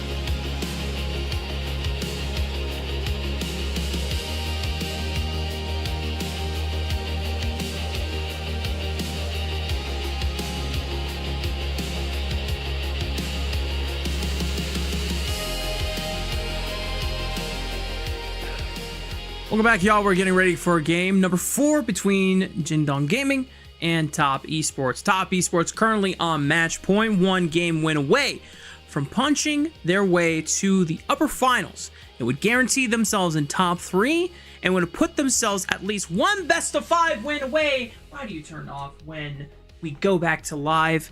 I'm getting Nocturne ulted every single time. It's a sign, Jack. It's a sign. I don't know what it's a sign of, but there's something in the universe that is telling me that something is wrong, and I have it's like no that scene idea what it is. from Harry Potter where Neville has the Remember All, and he's like, yes, I'm supposed to, I've forgotten something, but I can't remember what I've forgotten. I think it was his coat, actually, or his, like, the outside part of their attire in that movie. I think that was yeah. I couldn't tell you what... And we don't know what the omen is. No. But I will say that if it's related to JDG, then the omen is these guys are not recognizing how far is too far consistently in this series. And I want to be able to give Top Esports credit for the wins that they are coming away with, but when I look at this series so far, the only thing I can give Top Esports credit for is the overgrouping from Zwayon in Game 2, recognizing, okay, JDG is overstepping their boundaries, this needs to be punished. And then in Game 3, oh, Junja dove way too deep, this needs to be punished. And when it's a game about who is making less mistakes, I'm not gonna lie, it's not as inspiring when it comes to the genuine bold approaches that the LPL can really be signature for when they put their best foot forward, not just on the domestic stage, but the international stage. And I want to see overall better gameplay. If Top Esports are the ones that come away with a 3-1 win, I want them to blast JDG. I want them to have the best early game jungle look the entire series so far, because it is still yet to be one where Tien is looking comfortable, but at least each game, he is getting better at dealing with Junja invading him after his own invades were completely botched. Oh, big changes in the draft already, Rafa. Vayne Yone bans. So far, we don't have Varus. We don't have the Cassiopeia. So what else? JDG are on first pick here. They are either going to force lots of bans away, or they're going to get something here. They're going to get either Varus, Cassiopeia, or something third that they want here. They could very well ban something else and then leave both mids open. Oh, sorry, leave both Varus and the Cassiopeia open. And if they do that, then Top Esports could leave the other one open, and then we would have a trade. See what JDG want to go with here in their bans. It is the Varus. Okay, so maybe just a cast ban. Nothing too crazy, but the Vayne Yone bans. Oh, Cassiopeia's open. This was a champion that Thunder Talk feared in every single game in the draft phase and never let Hongq have it. Okay. Instantly locked in. What's the answer? Could be a TF. Bit tough. No Akali. That's gone. There's a Trundle that's been banned all the time. That was the thing I couldn't think of before. Ooh. So this is really interesting. I actually have a stat for this, and I want to bring it up because I think it's really interesting. So Cream, in 17 games in his career on Hui, has a 94.1% win rate in 17 games. He is nearly lossless on this champion. Is a massive pocket pick for this player to bring it out here. Very interesting. A combo we haven't really seen a whole lot of. The Trundle Hui. I'm not gonna lie, I don't think this is necessarily a combo. I think this is just a strong champion for Tien. But the nice thing is that Pillar does do wonders on something like a Cassiopeia because she has no movement abilities. And so if you clip her with the Pillar and the slow, that's gonna make her an easier target to snipe with your Severed Bolts from Hui. JDG looking to double down on some lockdown and objective control. classic champion for Junja with the Maokai, and at least Gala can have some kind of lane presence with the Caitlyn to get some early push into Jackie Love. The thing is, though, I'm not sure if he necessarily will, because this is an option into the Caitlyn. Oh, boy. But top esports have counterpick, so they can ban Lux, they can ban maybe a Bard, a Braum, sorry. Even Braum isn't that great into Ziggs, but a lot of these supports are going to be gone, and then Fengyue still has counterpick at the end of the day to make sure that JDG don't get wave push. They're going to have really winning jungle matchup. They're going to have pushing mid because Hui is going to outrange Cassiopeia.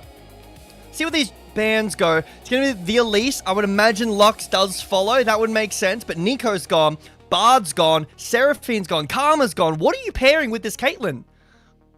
Something that can help the Caitlyn kill, or at least get set up for the trap into the guaranteed headshot. The other option you could look for is a champion that, relying on the push from Caitlyn, can then be guaranteed a way to roam around the map freely. Now, JDG paying some respects to, I imagine, either could have been a Camille support from Fengyue, where Ziggs could have been left alone and allowing him to make those roams.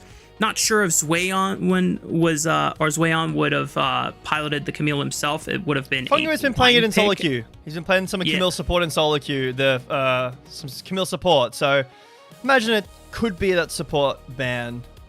Yeah. I will say, Gebetto, all of the ranged bans that came out from JDG early on with the Vayne, the Yone, and the Varus, those all set up for a Gnar pick, because all three of those champions make Gnar's life very, very miserable.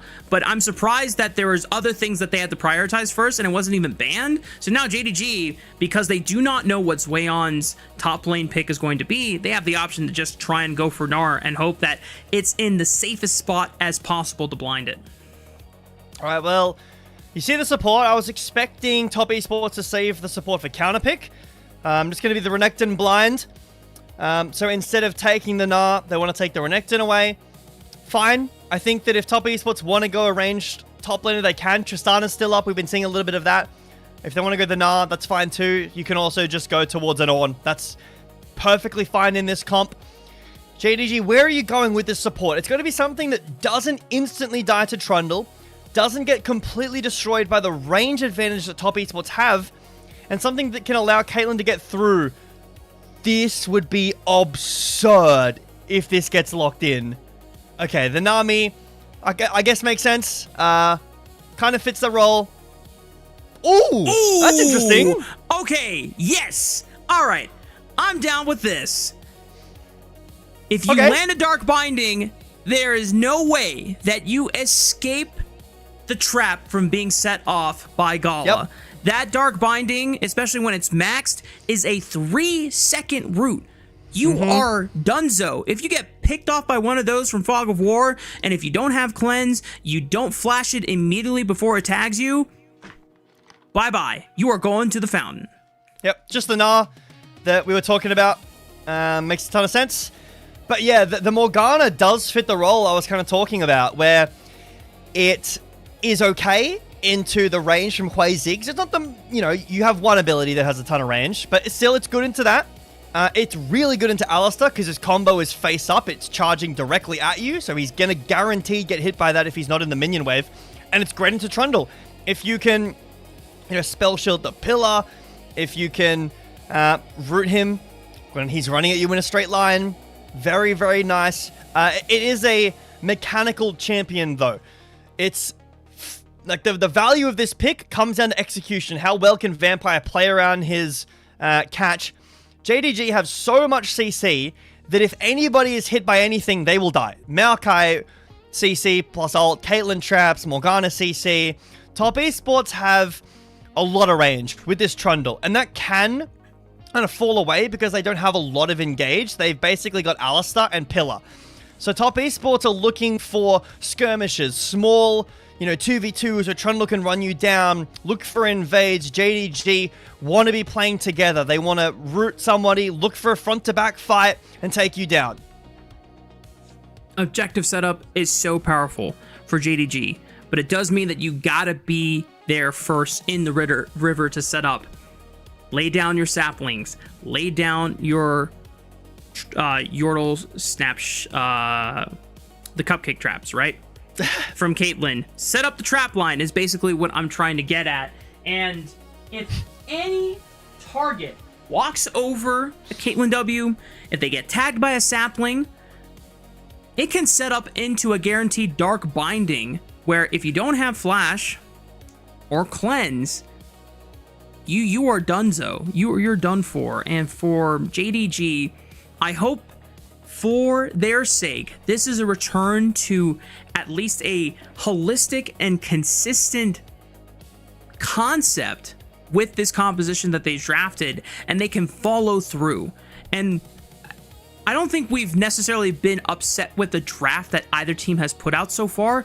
It's just been execution. And I just want to have in this game 4, regardless of the result, that both teams are playing out the execution of both of these compositions as best as possible, because we need to be sending our most consistent representative into the upper finals, because one of those is going to be taking on the winner of WE and Anyone's Legend tomorrow, or after tomorrow series.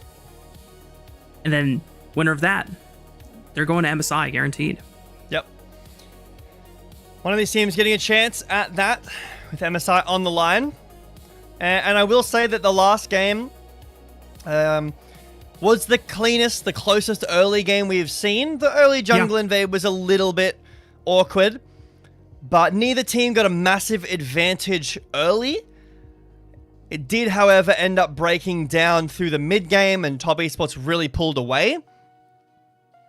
So if JDG can keep that from happening, then we'll get the closest still game we've seen.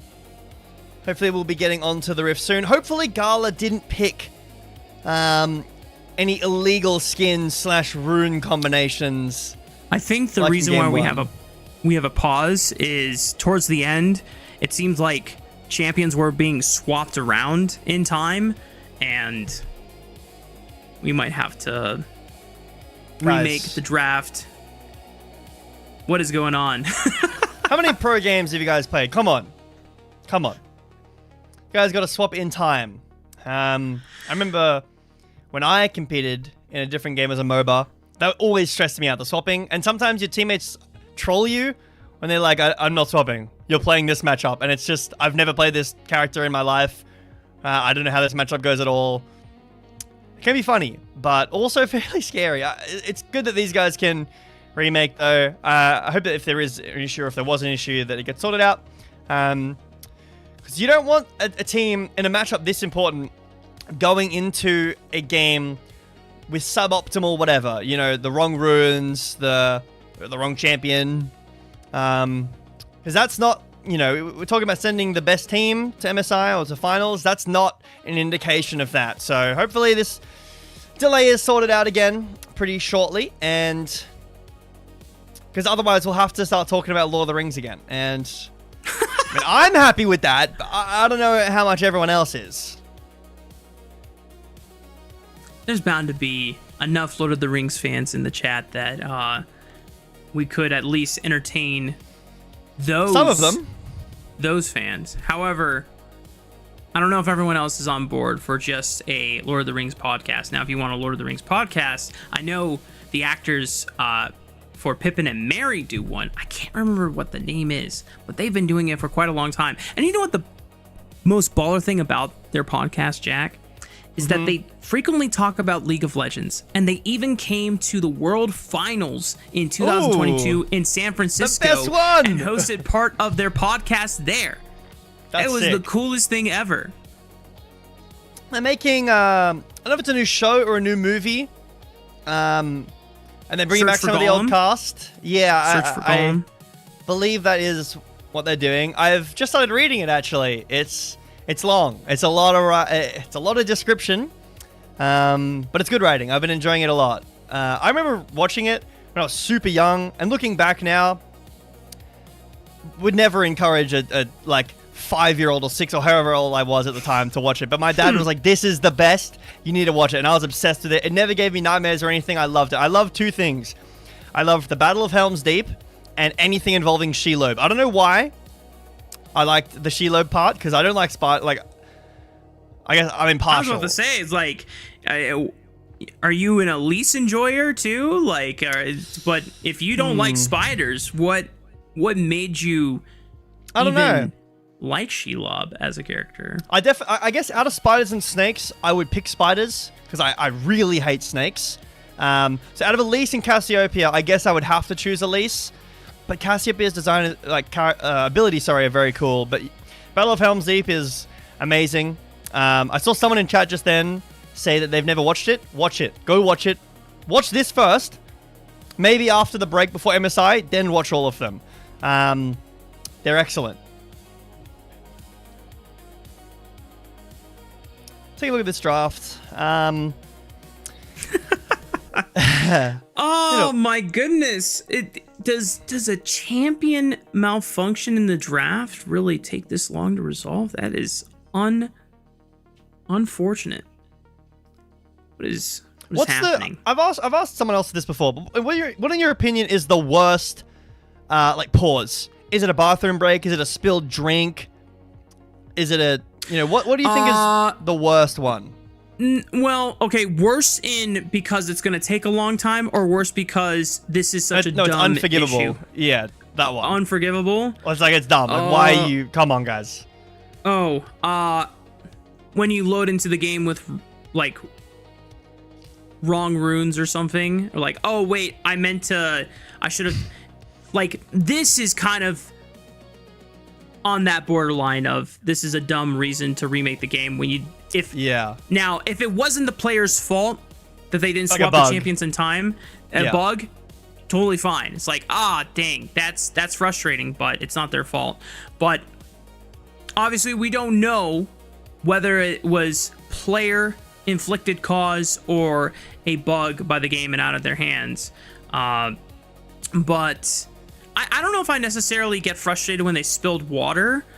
Obviously, if it ruins their keyboard or their PC, which has happened in some Tier 1 regions, by the way.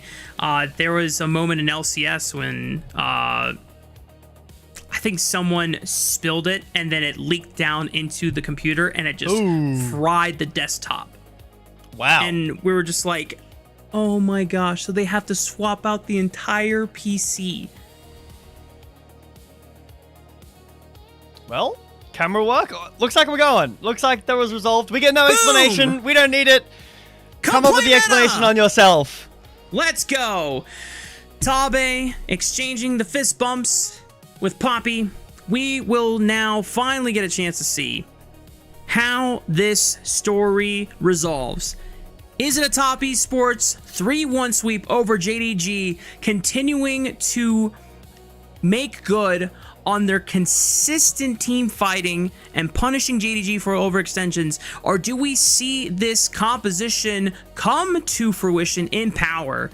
JDG, Top Esports, Game 4, let's get it.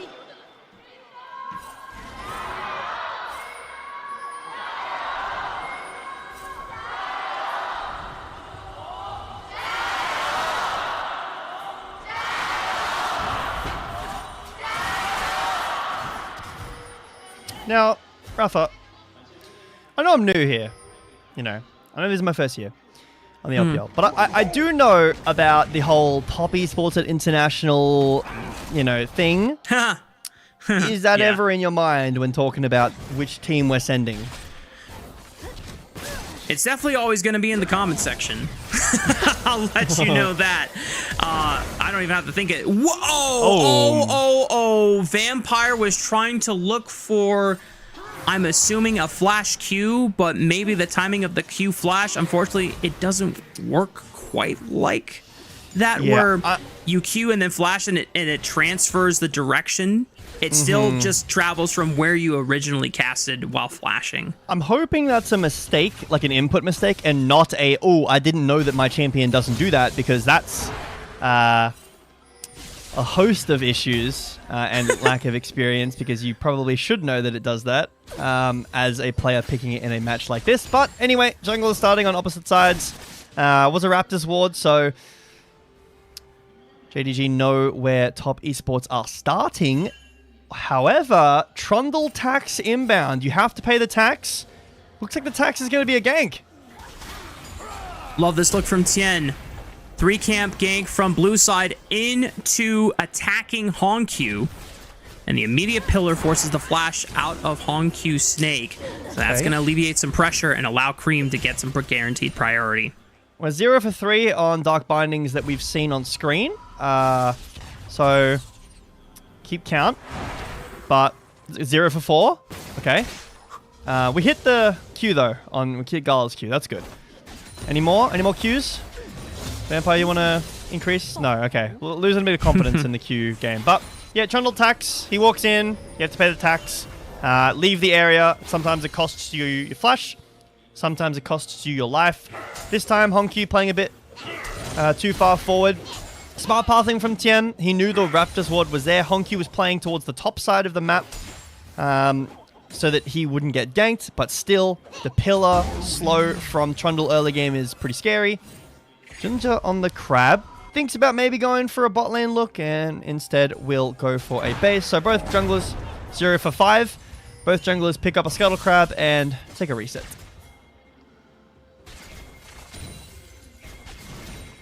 I'm definitely excited for this Morgana pick to be used to devastating effect if properly utilized. But I also want to emphasize that a Dark Binding not thrown, but the threat of it can sometimes be a lot more powerful than just constantly fishing them out. Okay. Ginger pings that maybe Tian's going for a lane gank and will instead end up getting his Grump respawn, and you can see pings from top esports on Ginger. There was a ward there, and that's unbeknownst to JDG. Some scuffling in the top lane, but Xuan feeling pretty confident, stepping up quite a lot. Oh, trying to force the flash, I think, there. I think he's baiting. He's going to flash forward. Xiaoshu says, you're not going to because you're going to die if you do, and holds onto his flash. So, very nice look from Xiaoshu. Matchup is pretty kept by how early you can get the plated steel caps online on both sides of the matchup. So you can see Xiaoshu going a longsword, sure, but also going some of that physical protection with the cloth armor and make it a little bit easier. Movement speed and armor, definitely the key for a majority of these bruiser into range matchups. And while Gnar can lose that range advantage when he becomes Mega Gnar, Mini Gnar form definitely super annoying to deal with for Renekton. But if he ever gets assistance from his other teammates and being able to provide the lockdown, Renekton does have the damage to burst out a Mini Gnar, especially once he has Dominus available. So Xuan always has to make that a constant in the back of his mind so that he doesn't overextend himself. We're past the 5-minute mark here, though, Gebetto. First dragon up for the taking. Both Maokai and Trundle are very capable of soloing those as long as they have the side lane pressure to support it. Yep. Both top laners hit 6. Xuan dashes forward. Hits the Gnar off. Tien is up top. Dominus popped as soon as Xiaoshu sees Tien. Nice. Dashes through the pillar and backs off. That looks like a Dark Binding that hit. Alright, good job, Vampire. Well done. And should be able to stop the base of Jackie Love and make it a lot harder for him. If this one hits... Oh, he popped the Summoner Heal spell, and the Dark Binding was right on target. Jackie Love is forced to flash on that one. Okay, well... some pretty winning states all across the map for JDG. Xuan goes Mega. Tien is around. Xiaoshu keeps his flash, just has to ult. And... Junju was doing the dragon. at the same time. So first dragon goes over to JDG, and then bot lane winning as well. So all across the map right now, JDG finding wins. Tian will again say, this is my camp, and I will actually get dissuaded away. I'm surprised. I think that with Subjugate, you can just walk in. I think he also just didn't know whether Junja had smite or not, and he didn't want to take that gamble, lose out on his smite. He's coming back. Now he's going to walk back in. I mean, as soon as he gets vision, he should be able to steal it away from Junja. But Junja has reinforcements coming in fast. Hongq already speeding on over. Tien pops the Subjugate, tries to run away. He's going to have to flash away from Xiaoshu, but he has his own flash, gets the Ruthless Predator down, and the Miasma guarantees first blood for Hongq's Cassiopeia, but Feng Yue joins the fray. Cream is here as well, and Top Esports turning around to make sure that it's a 1-for-1, and Feng Yue, if he can get the cooldowns, can look for one more. Junja's not going to even take a chance, immediately flashing over to safety. Yep. Flash is spent by JDG. It ends up being even. I think that Tien could play that a little bit more aggressive. As soon as he sees Junja in the bush, not taking the camp, he should know that Junja doesn't have smite. There's no reason why Junja wouldn't just smite the camp and run away, or at least go for the fight. And it lets Tien... Oh, sorry. It lets JDG use enough time to rotate over to Tien and end up taking him down. It gets traded back. But it's first spot over to JDG. When we look at this composition, Jay Beto, we didn't get a chance to talk through the scaling factors for both sides. Obviously, with this Caitlyn Morgana, you're going to have a lot of pushing power, double range, whereas Jackie Love is going to enjoy the later stages of the game alongside Hui. You have double artillery mages. Not that much physical damage coming out from this team outside of the jungle and top side. Trap a little bit off target, but again, hitting the Dark Binding, so that's good. Yeah, I think in a genuine damage on damage scaling debate, I think that it's fairly close, to be honest. I think that Cass and Caitlyn scale pretty well. We've got good front line. But JDG are just so unbelievably outranged by the double mage late game. Yeah. You know, I can't remember what series it was, but there was a series, and I might need to hold that thought as Tien dodges out in the Dark Binding, so he will be fine. But where it was Ziggs into Caitlyn, and every single fight, Caitlyn was catching Ziggs bomb, not even in the center, it was on the side of it, and just, I think it was NIP EDG, if I'm not mistaken, and the Caitlyn was catching the Mega Inferno bomb and just getting 100 to 0'd basically every fight, even though Caitlyn has the potential to do so much damage late game, and so does Cass. Against the Ziggs, with the slows as well from Tien, from the CC, from Feng Yue, you're just going to die before you can do any real meaningful damage to the other team's backline.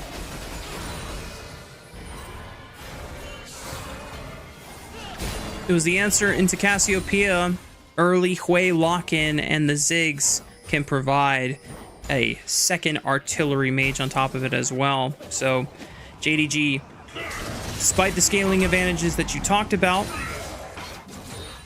range advantage has to be respected, and therefore JDG, it goes back to some of the tools they have in this draft. They need to be the first ones into the river when it comes to objective setup, because you have the utility of these Maokai saplings and the trap line that Gala can set up. So you can set up the pick and force Top Esports into you. Xiaoshu, no flash on this Renekton, gets Dominus, and immediately seeing Tien is recognizing he might be cooked here if he cannot get another slice and dice, but it's a perfect bait because Junja was right behind him all along. Zweon immediately flashing away. Hongq slithering on over. Tien might be the one in trouble now because he doesn't have flash from the prior exchange. Hongq gifted another kill on the Cassiopeia. Is it bad that whenever someone says slithering on over, I think of Randy Orton? I don't know. Maybe that's just me. But well played from JDG, finding some good play back in this early game. Again, pretty even early game. JDG coming out on top. A little bit of gold lead. First objective going their way. But again, Top Esports at these fights. One thing about these like range poke comps though, is that first of all, this is not a true poke comp where everything is poked. You know, it's like Maokai, Jace, and then Hui Ziggs, which would be insane, but you know, where you have no ability to engage. but it's still hard. You need to be hitting the engage. Sorry, you need to be hitting the poke. Otherwise, you are going to get outfought by the team fighting potential and the burst damage that JDG have. So there is a mechanical output to this comp. Top Esports starting up the second Drake now. JDG are around, but looks like they're pretty content to just give this up. It's on a ward anyway. Pink ward will go over. I don't think Junja's going to flash into this pit and sacrifice himself for the second Drake. Sort of go over to Top Esports, and the Soul is Mountain Soul. It works pretty good against the poke comp, giving you a bit of that extra health. Yeah, that shield on top of it would be pretty darn nice to remove some of the upfront burst that comes out from at least the first barrage of range. Vampire threatened by Feng Yue with the trample stun, but cannot maintain enough movement speed to go for the lockdown, as Vampire was forced to use the Summoner Heal spell, but this is an unsealed spell book from Morgana, so he can always swap it out for something different and still have something ready to go for some extra combat power. Junja spotted on a ward as he is ready to set up a dive into Xiaosu's side, and Zweon is going to be the target here. No flash from the mini Gnar. Tion is here, but can he be the difference? Oh, what if you add Feng Yue into the mix, who flashes in to get into range, finds the headbutt pulverized. So far, a 1-for-1 trade. Xiaoshu trying to continue with the dominus, and Hongq arrives to the party to add some backup once again. Xiaoshu punted backwards in between two towers, but Xiaoshu still survives because Cream can't lock him down just yet, and Feng Yue was slain by Hongq, and Cream is forced to flash just to try to look for the Xiaoshu Renekton, but he's getting out of range. Hongq can't finish. No mana. Hongq is now coming around the side, and Cream can't finish it. Top Esports now in a world of trouble. So many summoner spells burnt by their solo laners. Absolutely not getting rewarded at all. JDG, massive lead in this game 4. Yep, and also because Feng Yue spent so much time in the top side, look at the individual leads for both Gala and Vampire after this ad goes away. But yeah, like a 1.5k lead for Caitlyn, nearly a 1k lead for Morgana, and Morgana's a mage, right? She's going in Enchanter build, sure, but is happy to get gold. We take a look back here. Also, did we miss this? I didn't even know that there was a kill. So it looks like Jacula ended up falling when Feng Yue left. Didn't get the kill on Gala with that Mega Inferno Bomb. And then in the top side, that looked really lopsided for JDG, but Hongq plays it so well alongside Xiaoshu. Ends up a big win for JDG, and again, a lead for JDG. It feels like the way that these games have been going, Rafa, is, at least in the last two, the early game, stable, something happens and it blows open the game, boom, 3,000 gold lead.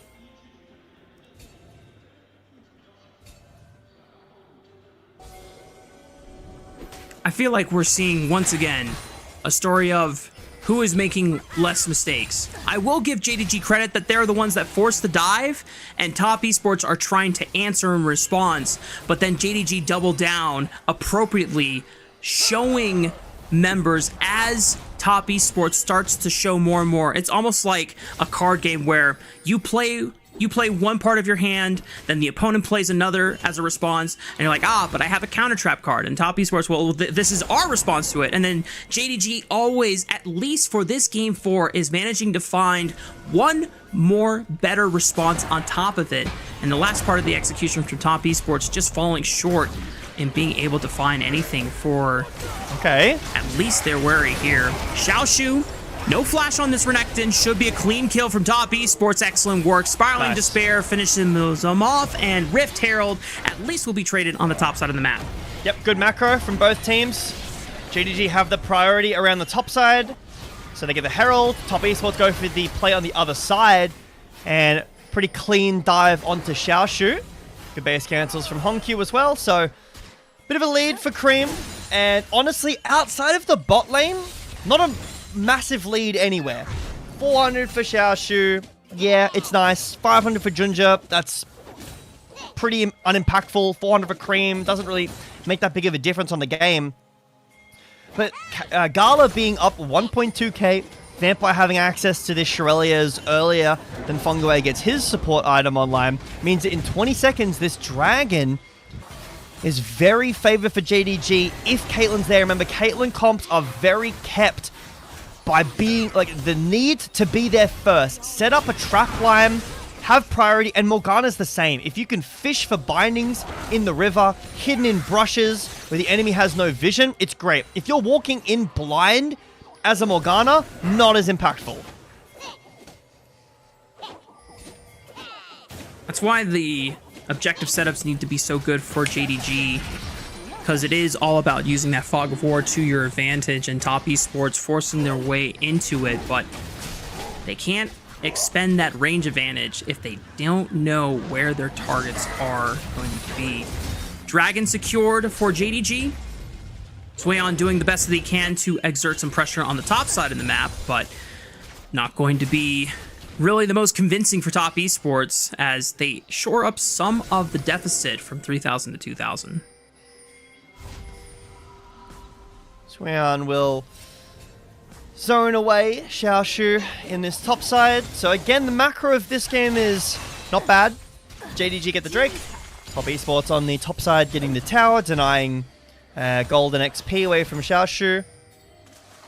But it really doesn't feel as though this game has blown open yet. It hasn't had its moment despite the gold lead. It's 2,000. And most of that, again, is on the bot lane. But it feels like in some of these coming fights, it's going to be, like, there's going to be a moment in which the game truly blows open. I think around these second items, JDG need to be a bit scared. You know, Honkyu doesn't have, like, finished Roa. When he finishes Seraph's, like, yeah, that's a good item. Caitlyn, 2 items is not the strongest, and when Jackie Love and Cream get their second items, the poke is going to be really impactful. So this next Dragon, I think JDG need to make sure their setup is perfect. You definitely don't want to allow JDG to just coast on over to a soul point that easily, especially when top esports would love to have a lot more time to get these item spikes on to Cream and Jackie Love for these artillery mages to take effect. That said, all right. Well, game slowed down a lot, Rafa. 20 minutes in.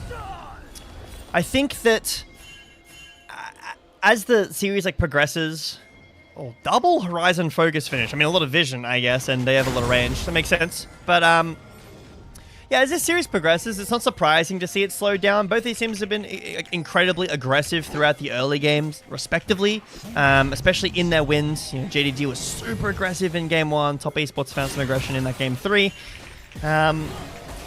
But the series progresses, it gets more stressful, the games end up slowing down, and I don't think that's necessarily a bad thing. I don't think either of these comps need to get massive advantages through the early game. Vampire will have to use his Shirelias and get out of there. Good pickup, actually, into the... Oh, God, good catch. No trap, but good pickup with the movement speed boots into the Trundle means that this Morgana is pretty safe against the Trundle. we're at the 20-minute mark here, Gebetto, so Baron is alive for the taking as well. Any team with the Cassiopeia on their side can always just rip it and burn it insanely fast. And add a Maokai on top of it, who already does a ton of max percentage HP damage as well. No pillar. Okay, never mind. Don't worry about the Heralds. I didn't want it anyway. You know what? I don't even like Herald. It's fine. It's fine. Man. Not even a battle Shelly, and it doesn't even get a charge off either. That's... Could have just let it crash. There was no pillar. Hang on. Maokai ultimate used. Feng Yue absorbs it, instantly cleanses. So nice. That you can get out of the root. And Jackie Love with a nice Mega Inferno Bomb does get a decent chunk off of Vampire's health bar. Gonna be forced to take a recall here. I don't know if top esports really have it in them to burn down this Baron and force it, but might be enough time for Jackie Love to get more chip damage on that mid-tier 1. Oh, this round. Nice try, nice attempt. Tian is hovering. But yep, really smart change from Fengyue over to the cleanse so that he's able to get himself out. I assume he's going Mikhail's. He actually went Ziggs. It's risky. I guess you can cleanse with your ult as Vampire. Holy moly, Vampire with the Shurelias just speeds on over, exhaust slow, forcing JackeyLove to flash away from danger. Otherwise, the Soul Shackles was going to get him pinned. Gala, however, pinned by the pillar, flashing away from the Maw of Despair. And Top Esports finding a nice response in the attempt made by Vampire and Gala. I feel as though this lead the JDG have through bot is not getting used in the right way.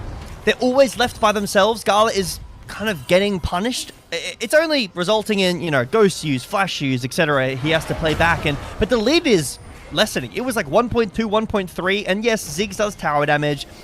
Ziggs deletes waves really quickly, but I think JDG need to do a better job of playing around their Caitlyn. Speaking of, this is sole point for JDG. TB from Hongq. Xiaoshu's around. Fengyue still has flash, but the miasma clips him, and the petrifying gaze stuns him where he stands, finally forces the issue. Summon Dispel use. JackeyLove, that Satchel Bomb was not punished, thankfully, for Top Esports there, but JDG can use Cassiopeia and Maokai to burn down this dragon insanely fast. Xiaoshu with the Blast Cone tries to get in range to threaten with the backline dive. Xiaoshu slays Fengyue. Tien forced out of the fight, and Xiaoshu is being the front line that they need. However, he gets punished for diving a little too far. Zueyon being able to clip him into the wall off the Mega Gnar ultimate, but that is 3 dragons now in the pockets of JDG. Alright, I mean, if you want to talk about clean team fighting, Rafa, JDG, there was a lot of really micro things in that fight that JDG did really well. If you ignore Xiaoshu overextending at the end and dying, he did it for his team, but great setup, first of all, on a macro sense from JDG, aware of their comp, but they already had the chunk onto Alistar, but look at this spell shield. Alistar combo, spell shield. And so he can keep going forwards. Really fast decision there. Well played from Vampire, who does catch the ult from Cream and end up dying. And yes, Xiaoshu goes a bit too far forward, but earlier in that play, there was the petrifying gaze onto Fengyue as well to stop his engage the first time. That was really nice. And again, the macro setup that JDG had, allowing Caitlyn Morgana to be in there early. Some individual leads for Top Esports, 1k on Cream, getting closer 1k on Zueyon, so you've got to be careful of those if you're JDG, but they're on sole point, and if they continue to make use of their setup, the issue, that bot lane lead has completely evaporated. JackeyLove is eating up plates, eating up gold, got 2 assists there, I believe, or 1 assist, oh yeah, no, 2 assists. You got 2 assists in that, and it's only a 500 lead now, so JDG don't actually have the gold lead anymore. It's even across the entire game. They do have the dragon lead, and that is important. Caitlyn cruxing nearly into that 3rd item slot to do a ton of damage. Again, it's so much about the setup. If they're there first, it's good. If they're not, very hard for them to walk in. Gala getting some decent poke on to JackeyLove in the mid lane with the ace in the hole. Top Esports challenging for the blue buff, but cannot walk any further, so Junja secures it for themselves. Baron's alive still. JDG need to get better Baron control, however, set up, and Top Esports at least doing their due diligence at pushing them away from those river entrances and making them think twice before face checking, as Junja on this Maokai, normally thought of as a tank, but this has been very common build recently, where it's Leandries and Bloodletters, a lot of HP, not much resistances in this build. Yep. I want to say, despite the start for Vampire, I think he was 0-6 on the Dark Bindings when we were watching, but he's done a really good job of landing crucial ones so far in team fights, and he continually manages to find Fengyue in crucial moments and in not crucial moments, like the one we just saw there. Found him in the brush there. So doing a really good job on this Morgana. Not something we see too often. It's a pretty common pairing, at least when solo queue is considered, but this champion is very much a niche counter pick when you've got CC that you want to immune. And Vampire did a really good job of doing that against Fengyue in that previous fight. That's kind of the only CC he can use the spell shield for, though. I will say it's nice to have Black Shield on top of you before the pillar comes out, because then you can be immune to the slow that it emanates being around you. It's also nice if, like, there is a fear that comes out from Cream trying to fish for a Maw of Despair, or even, or Crushing Maw, I should say. And for Ziggs, the Satchel Charge as well. So there's some deceptive amount of CC on top esports side. Definitely a lot more conditional and not as apparent, but JDG have shifted their attention back to the bottom side of the map because we are less than a minute away from Mountain Soul being a thing. Feng Yue has Flash available again. Yeah, I love this from JDG. Very aware of what they need to do, how they are playing their comp. Mid-prio, just give the bot waves. We don't need them. Right now, at least, Cassiopeia is in a decent position. You'd love that third item on her, but Gala is so strong at this point with the 3 items that you need to be playing around him. Honkyu's going to pick up some mid-waves anyway. Gala taking the red buff. But this will, again, we were talking about it earlier, give Mountain Soul over to JDG will mean it's Gathering Storm. We like that too. The longer the game goes, the stronger this Caitlyn is going to become. The Mountain Soul will mean that they can tank a lot more CC. 10 seconds on the Drake. JDG here first. Teleport coming in from Xiaoshu and Zweon. TV behind. Zweon has a bit of a deeper flank, though, in the bottom side river. Can they get the pinch off? Zweon halfway through the Rage Bar. Building it up. 5,000 HP on the Dragon. Mega Inferno Bomb only dunking onto Honkyu, but Feng Yue is forced to flash away. Xiaoshu trying to hold the Gnar right here at the door, but he looks for a 2-man scoop onto Honkyu, and the snake falling down is disaster for JDG. Tien denies the Mountain Soul away. Vampire completely cut off for the rest of the JDG crew, and Junja is going to be the next one on the chopping block. Swayon sending it in. Comes over and completely mugs them in the process.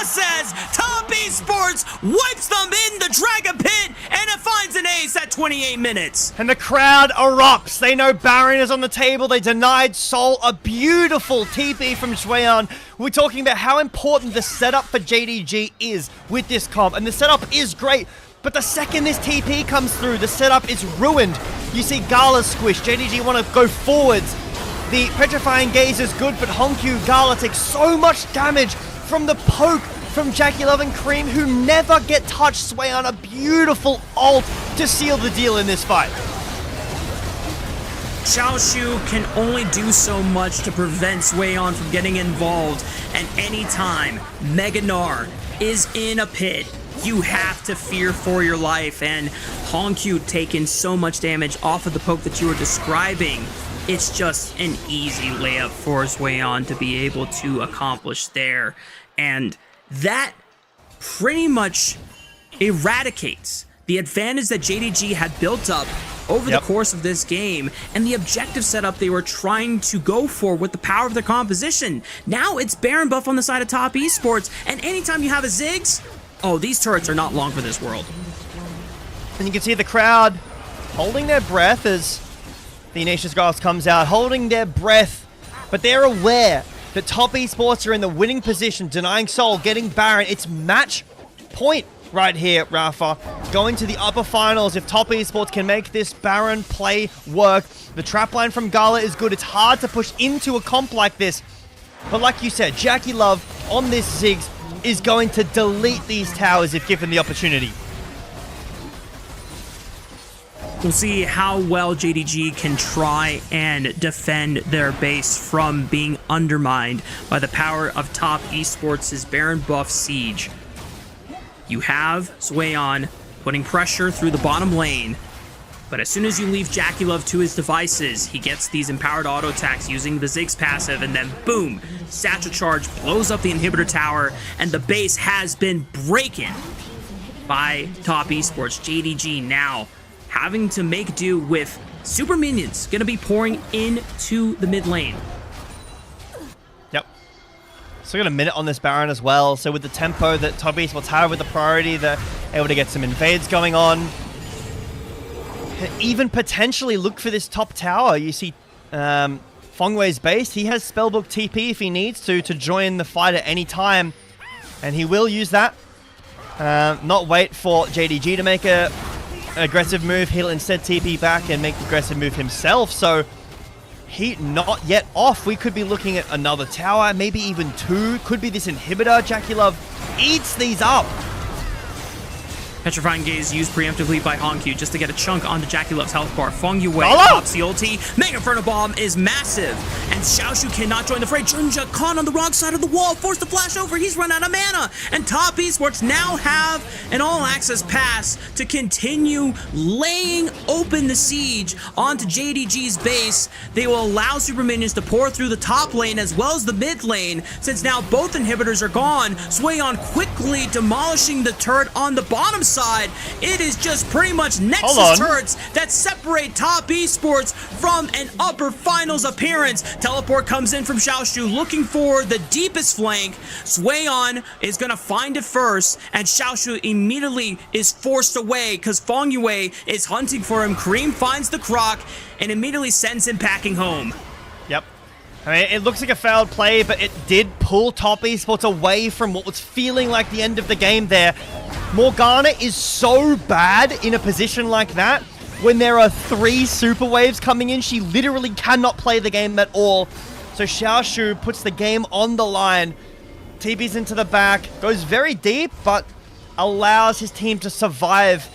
Now, the good news for JDG is because they've got 3 Drakes, there is a ton of time that they can wait. The Top Esports can get the Drakes. Oh, this is a deep TP. Oh no. Oh no, Swayon. You have no friends nearby.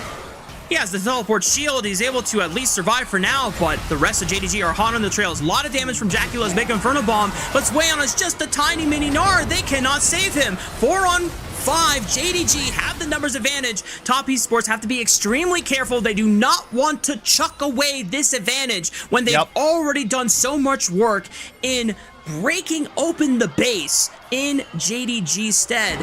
But it's enough that JDG can hold out for just a little bit longer.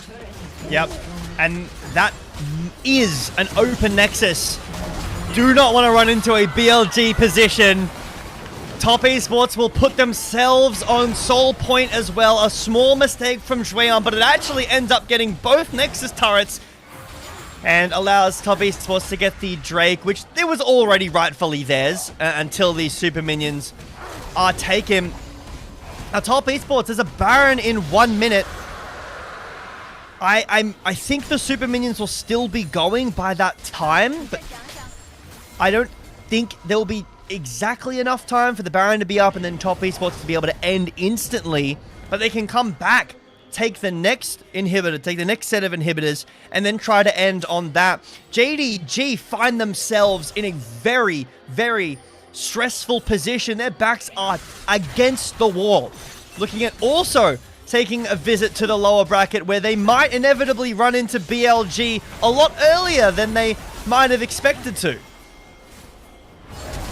And even though oh no, Honkyu, Petrifying Gaze, flash right on top of JackeyLove! He's dead! JDG maybe just found a miracle to come back in this game, but they have open Nexus turrets, they have an open base, but they're still winning the fight. Feng Yue gets dropped. Swayon now has to make a miracle happen and shut the door on JDG's reverse sweep chances. Top Esports, even without JackeyLove, it's Kareem that steps up, picks up the quadra kill, throws out the Gyos and the victorious cheers.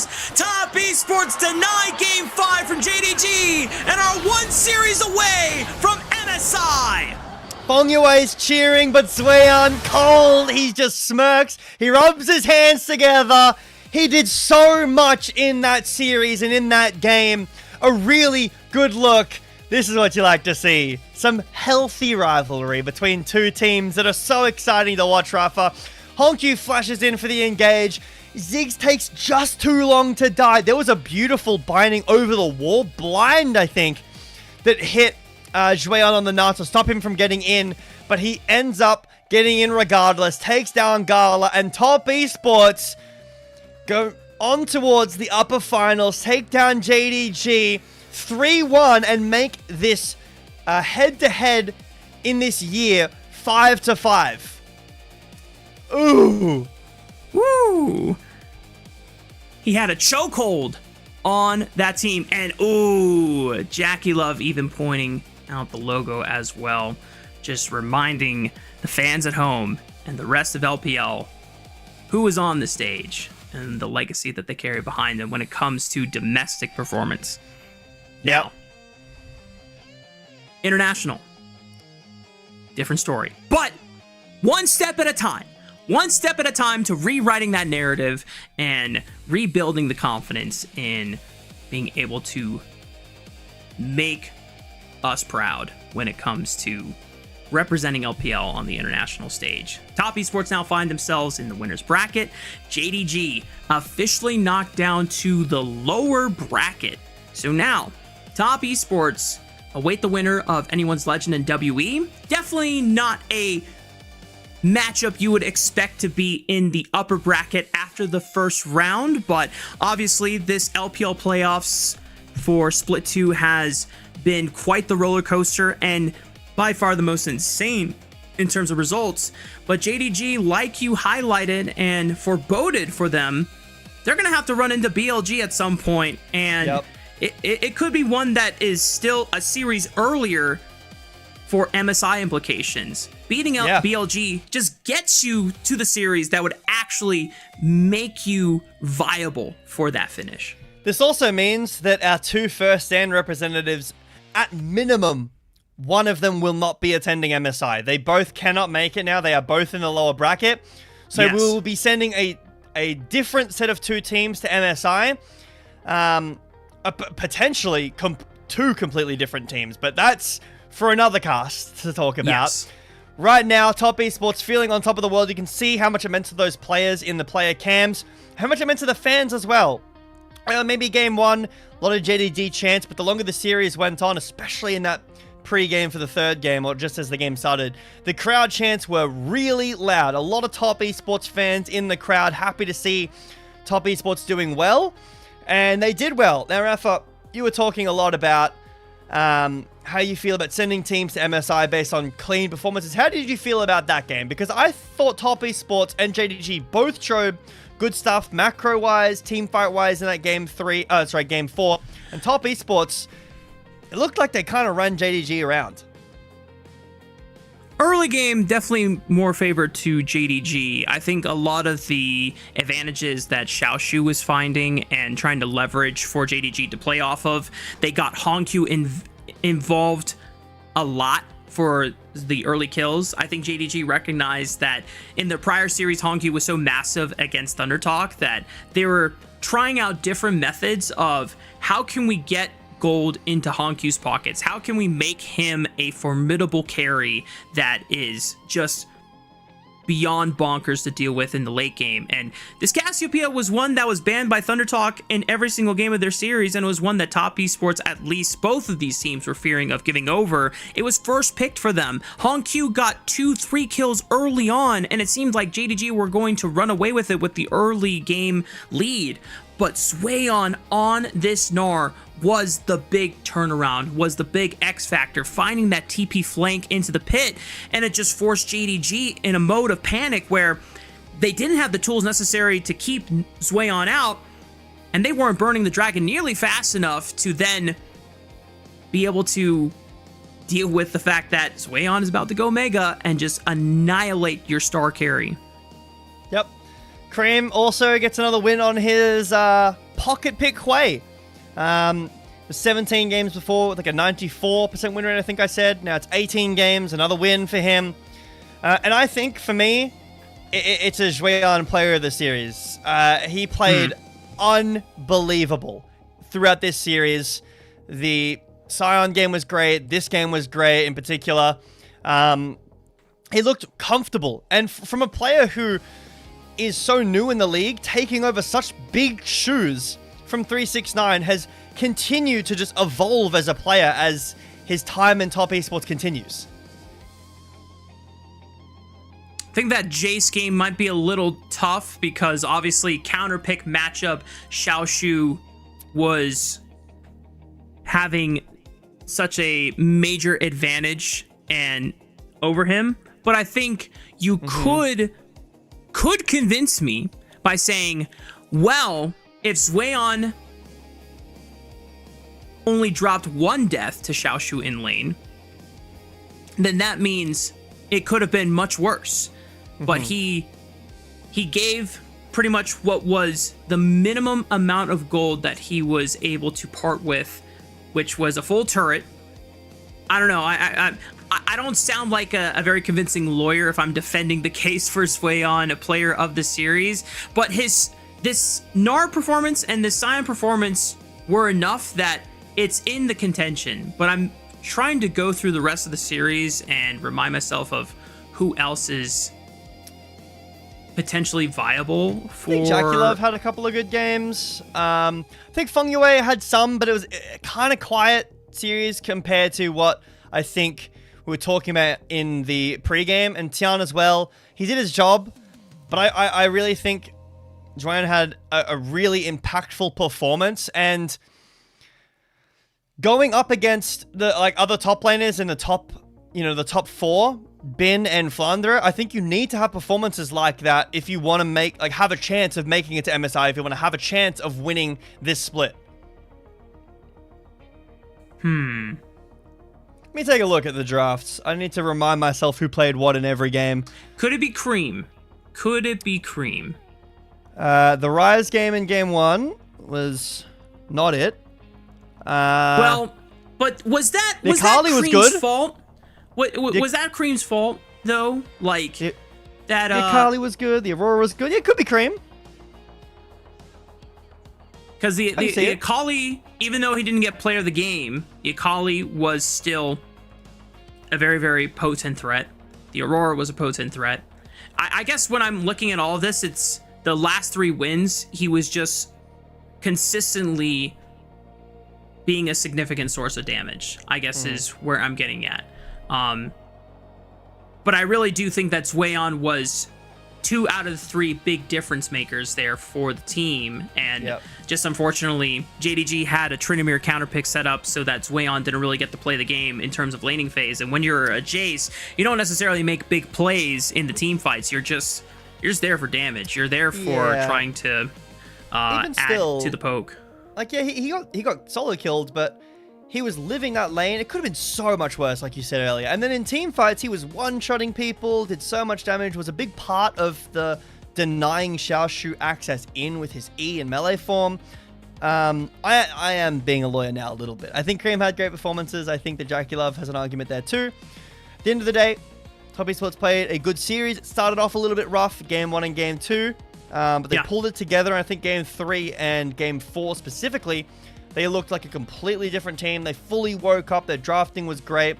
And they were able to answer what JDG brought, which I think is an important thing. Being able to evolve over a series and adapt to what the enemy team is doing. Tian just wasn't getting caught anymore. The carries were doing the damage they needed to, and Jream was putting up great performances. Yep. I definitely think when Top Esports look back at that game 1 and the Lee Sin performance we got out of Tien, would love for him to really, really own in and try and find the mistakes, whether if it was a decision-making fault or just a execution error that he can lock in for preceding series from here on out. Lee Sin is such a powerful champion, and it is definitely one of my favorite champions to watch, not just in this meta, but of all time. And when I see such a flaccid Lee Sin performance, to politely say as much as I can without expressing any other things that would make my admins upset, is that it's so underwhelming. It's so... especially with the pedigree that Tien has. I know he can put out banger Lee Sin performances, and the way that it happened, I was just like, come on, please give me better. Give me better. Please lock in the next time you choose this champion. Because he had performance issues on a Lee Sin. Yes. So,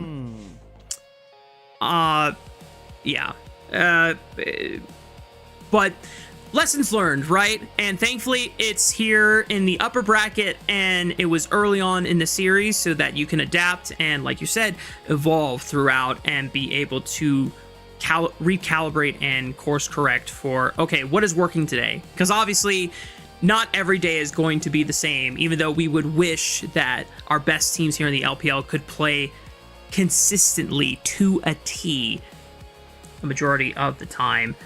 We are getting word that there is an interview on stage with Sueon and Tien. So because this is the end of the series, we're just going to go ahead and start wrapping up our show here, and hopefully we'll find out who got player of the series at some point in time.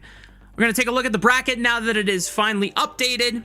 JDG officially sent to the lower bracket, whereas Top Esports now in winners finals, awaiting the victor of Anyone's Legend and WE.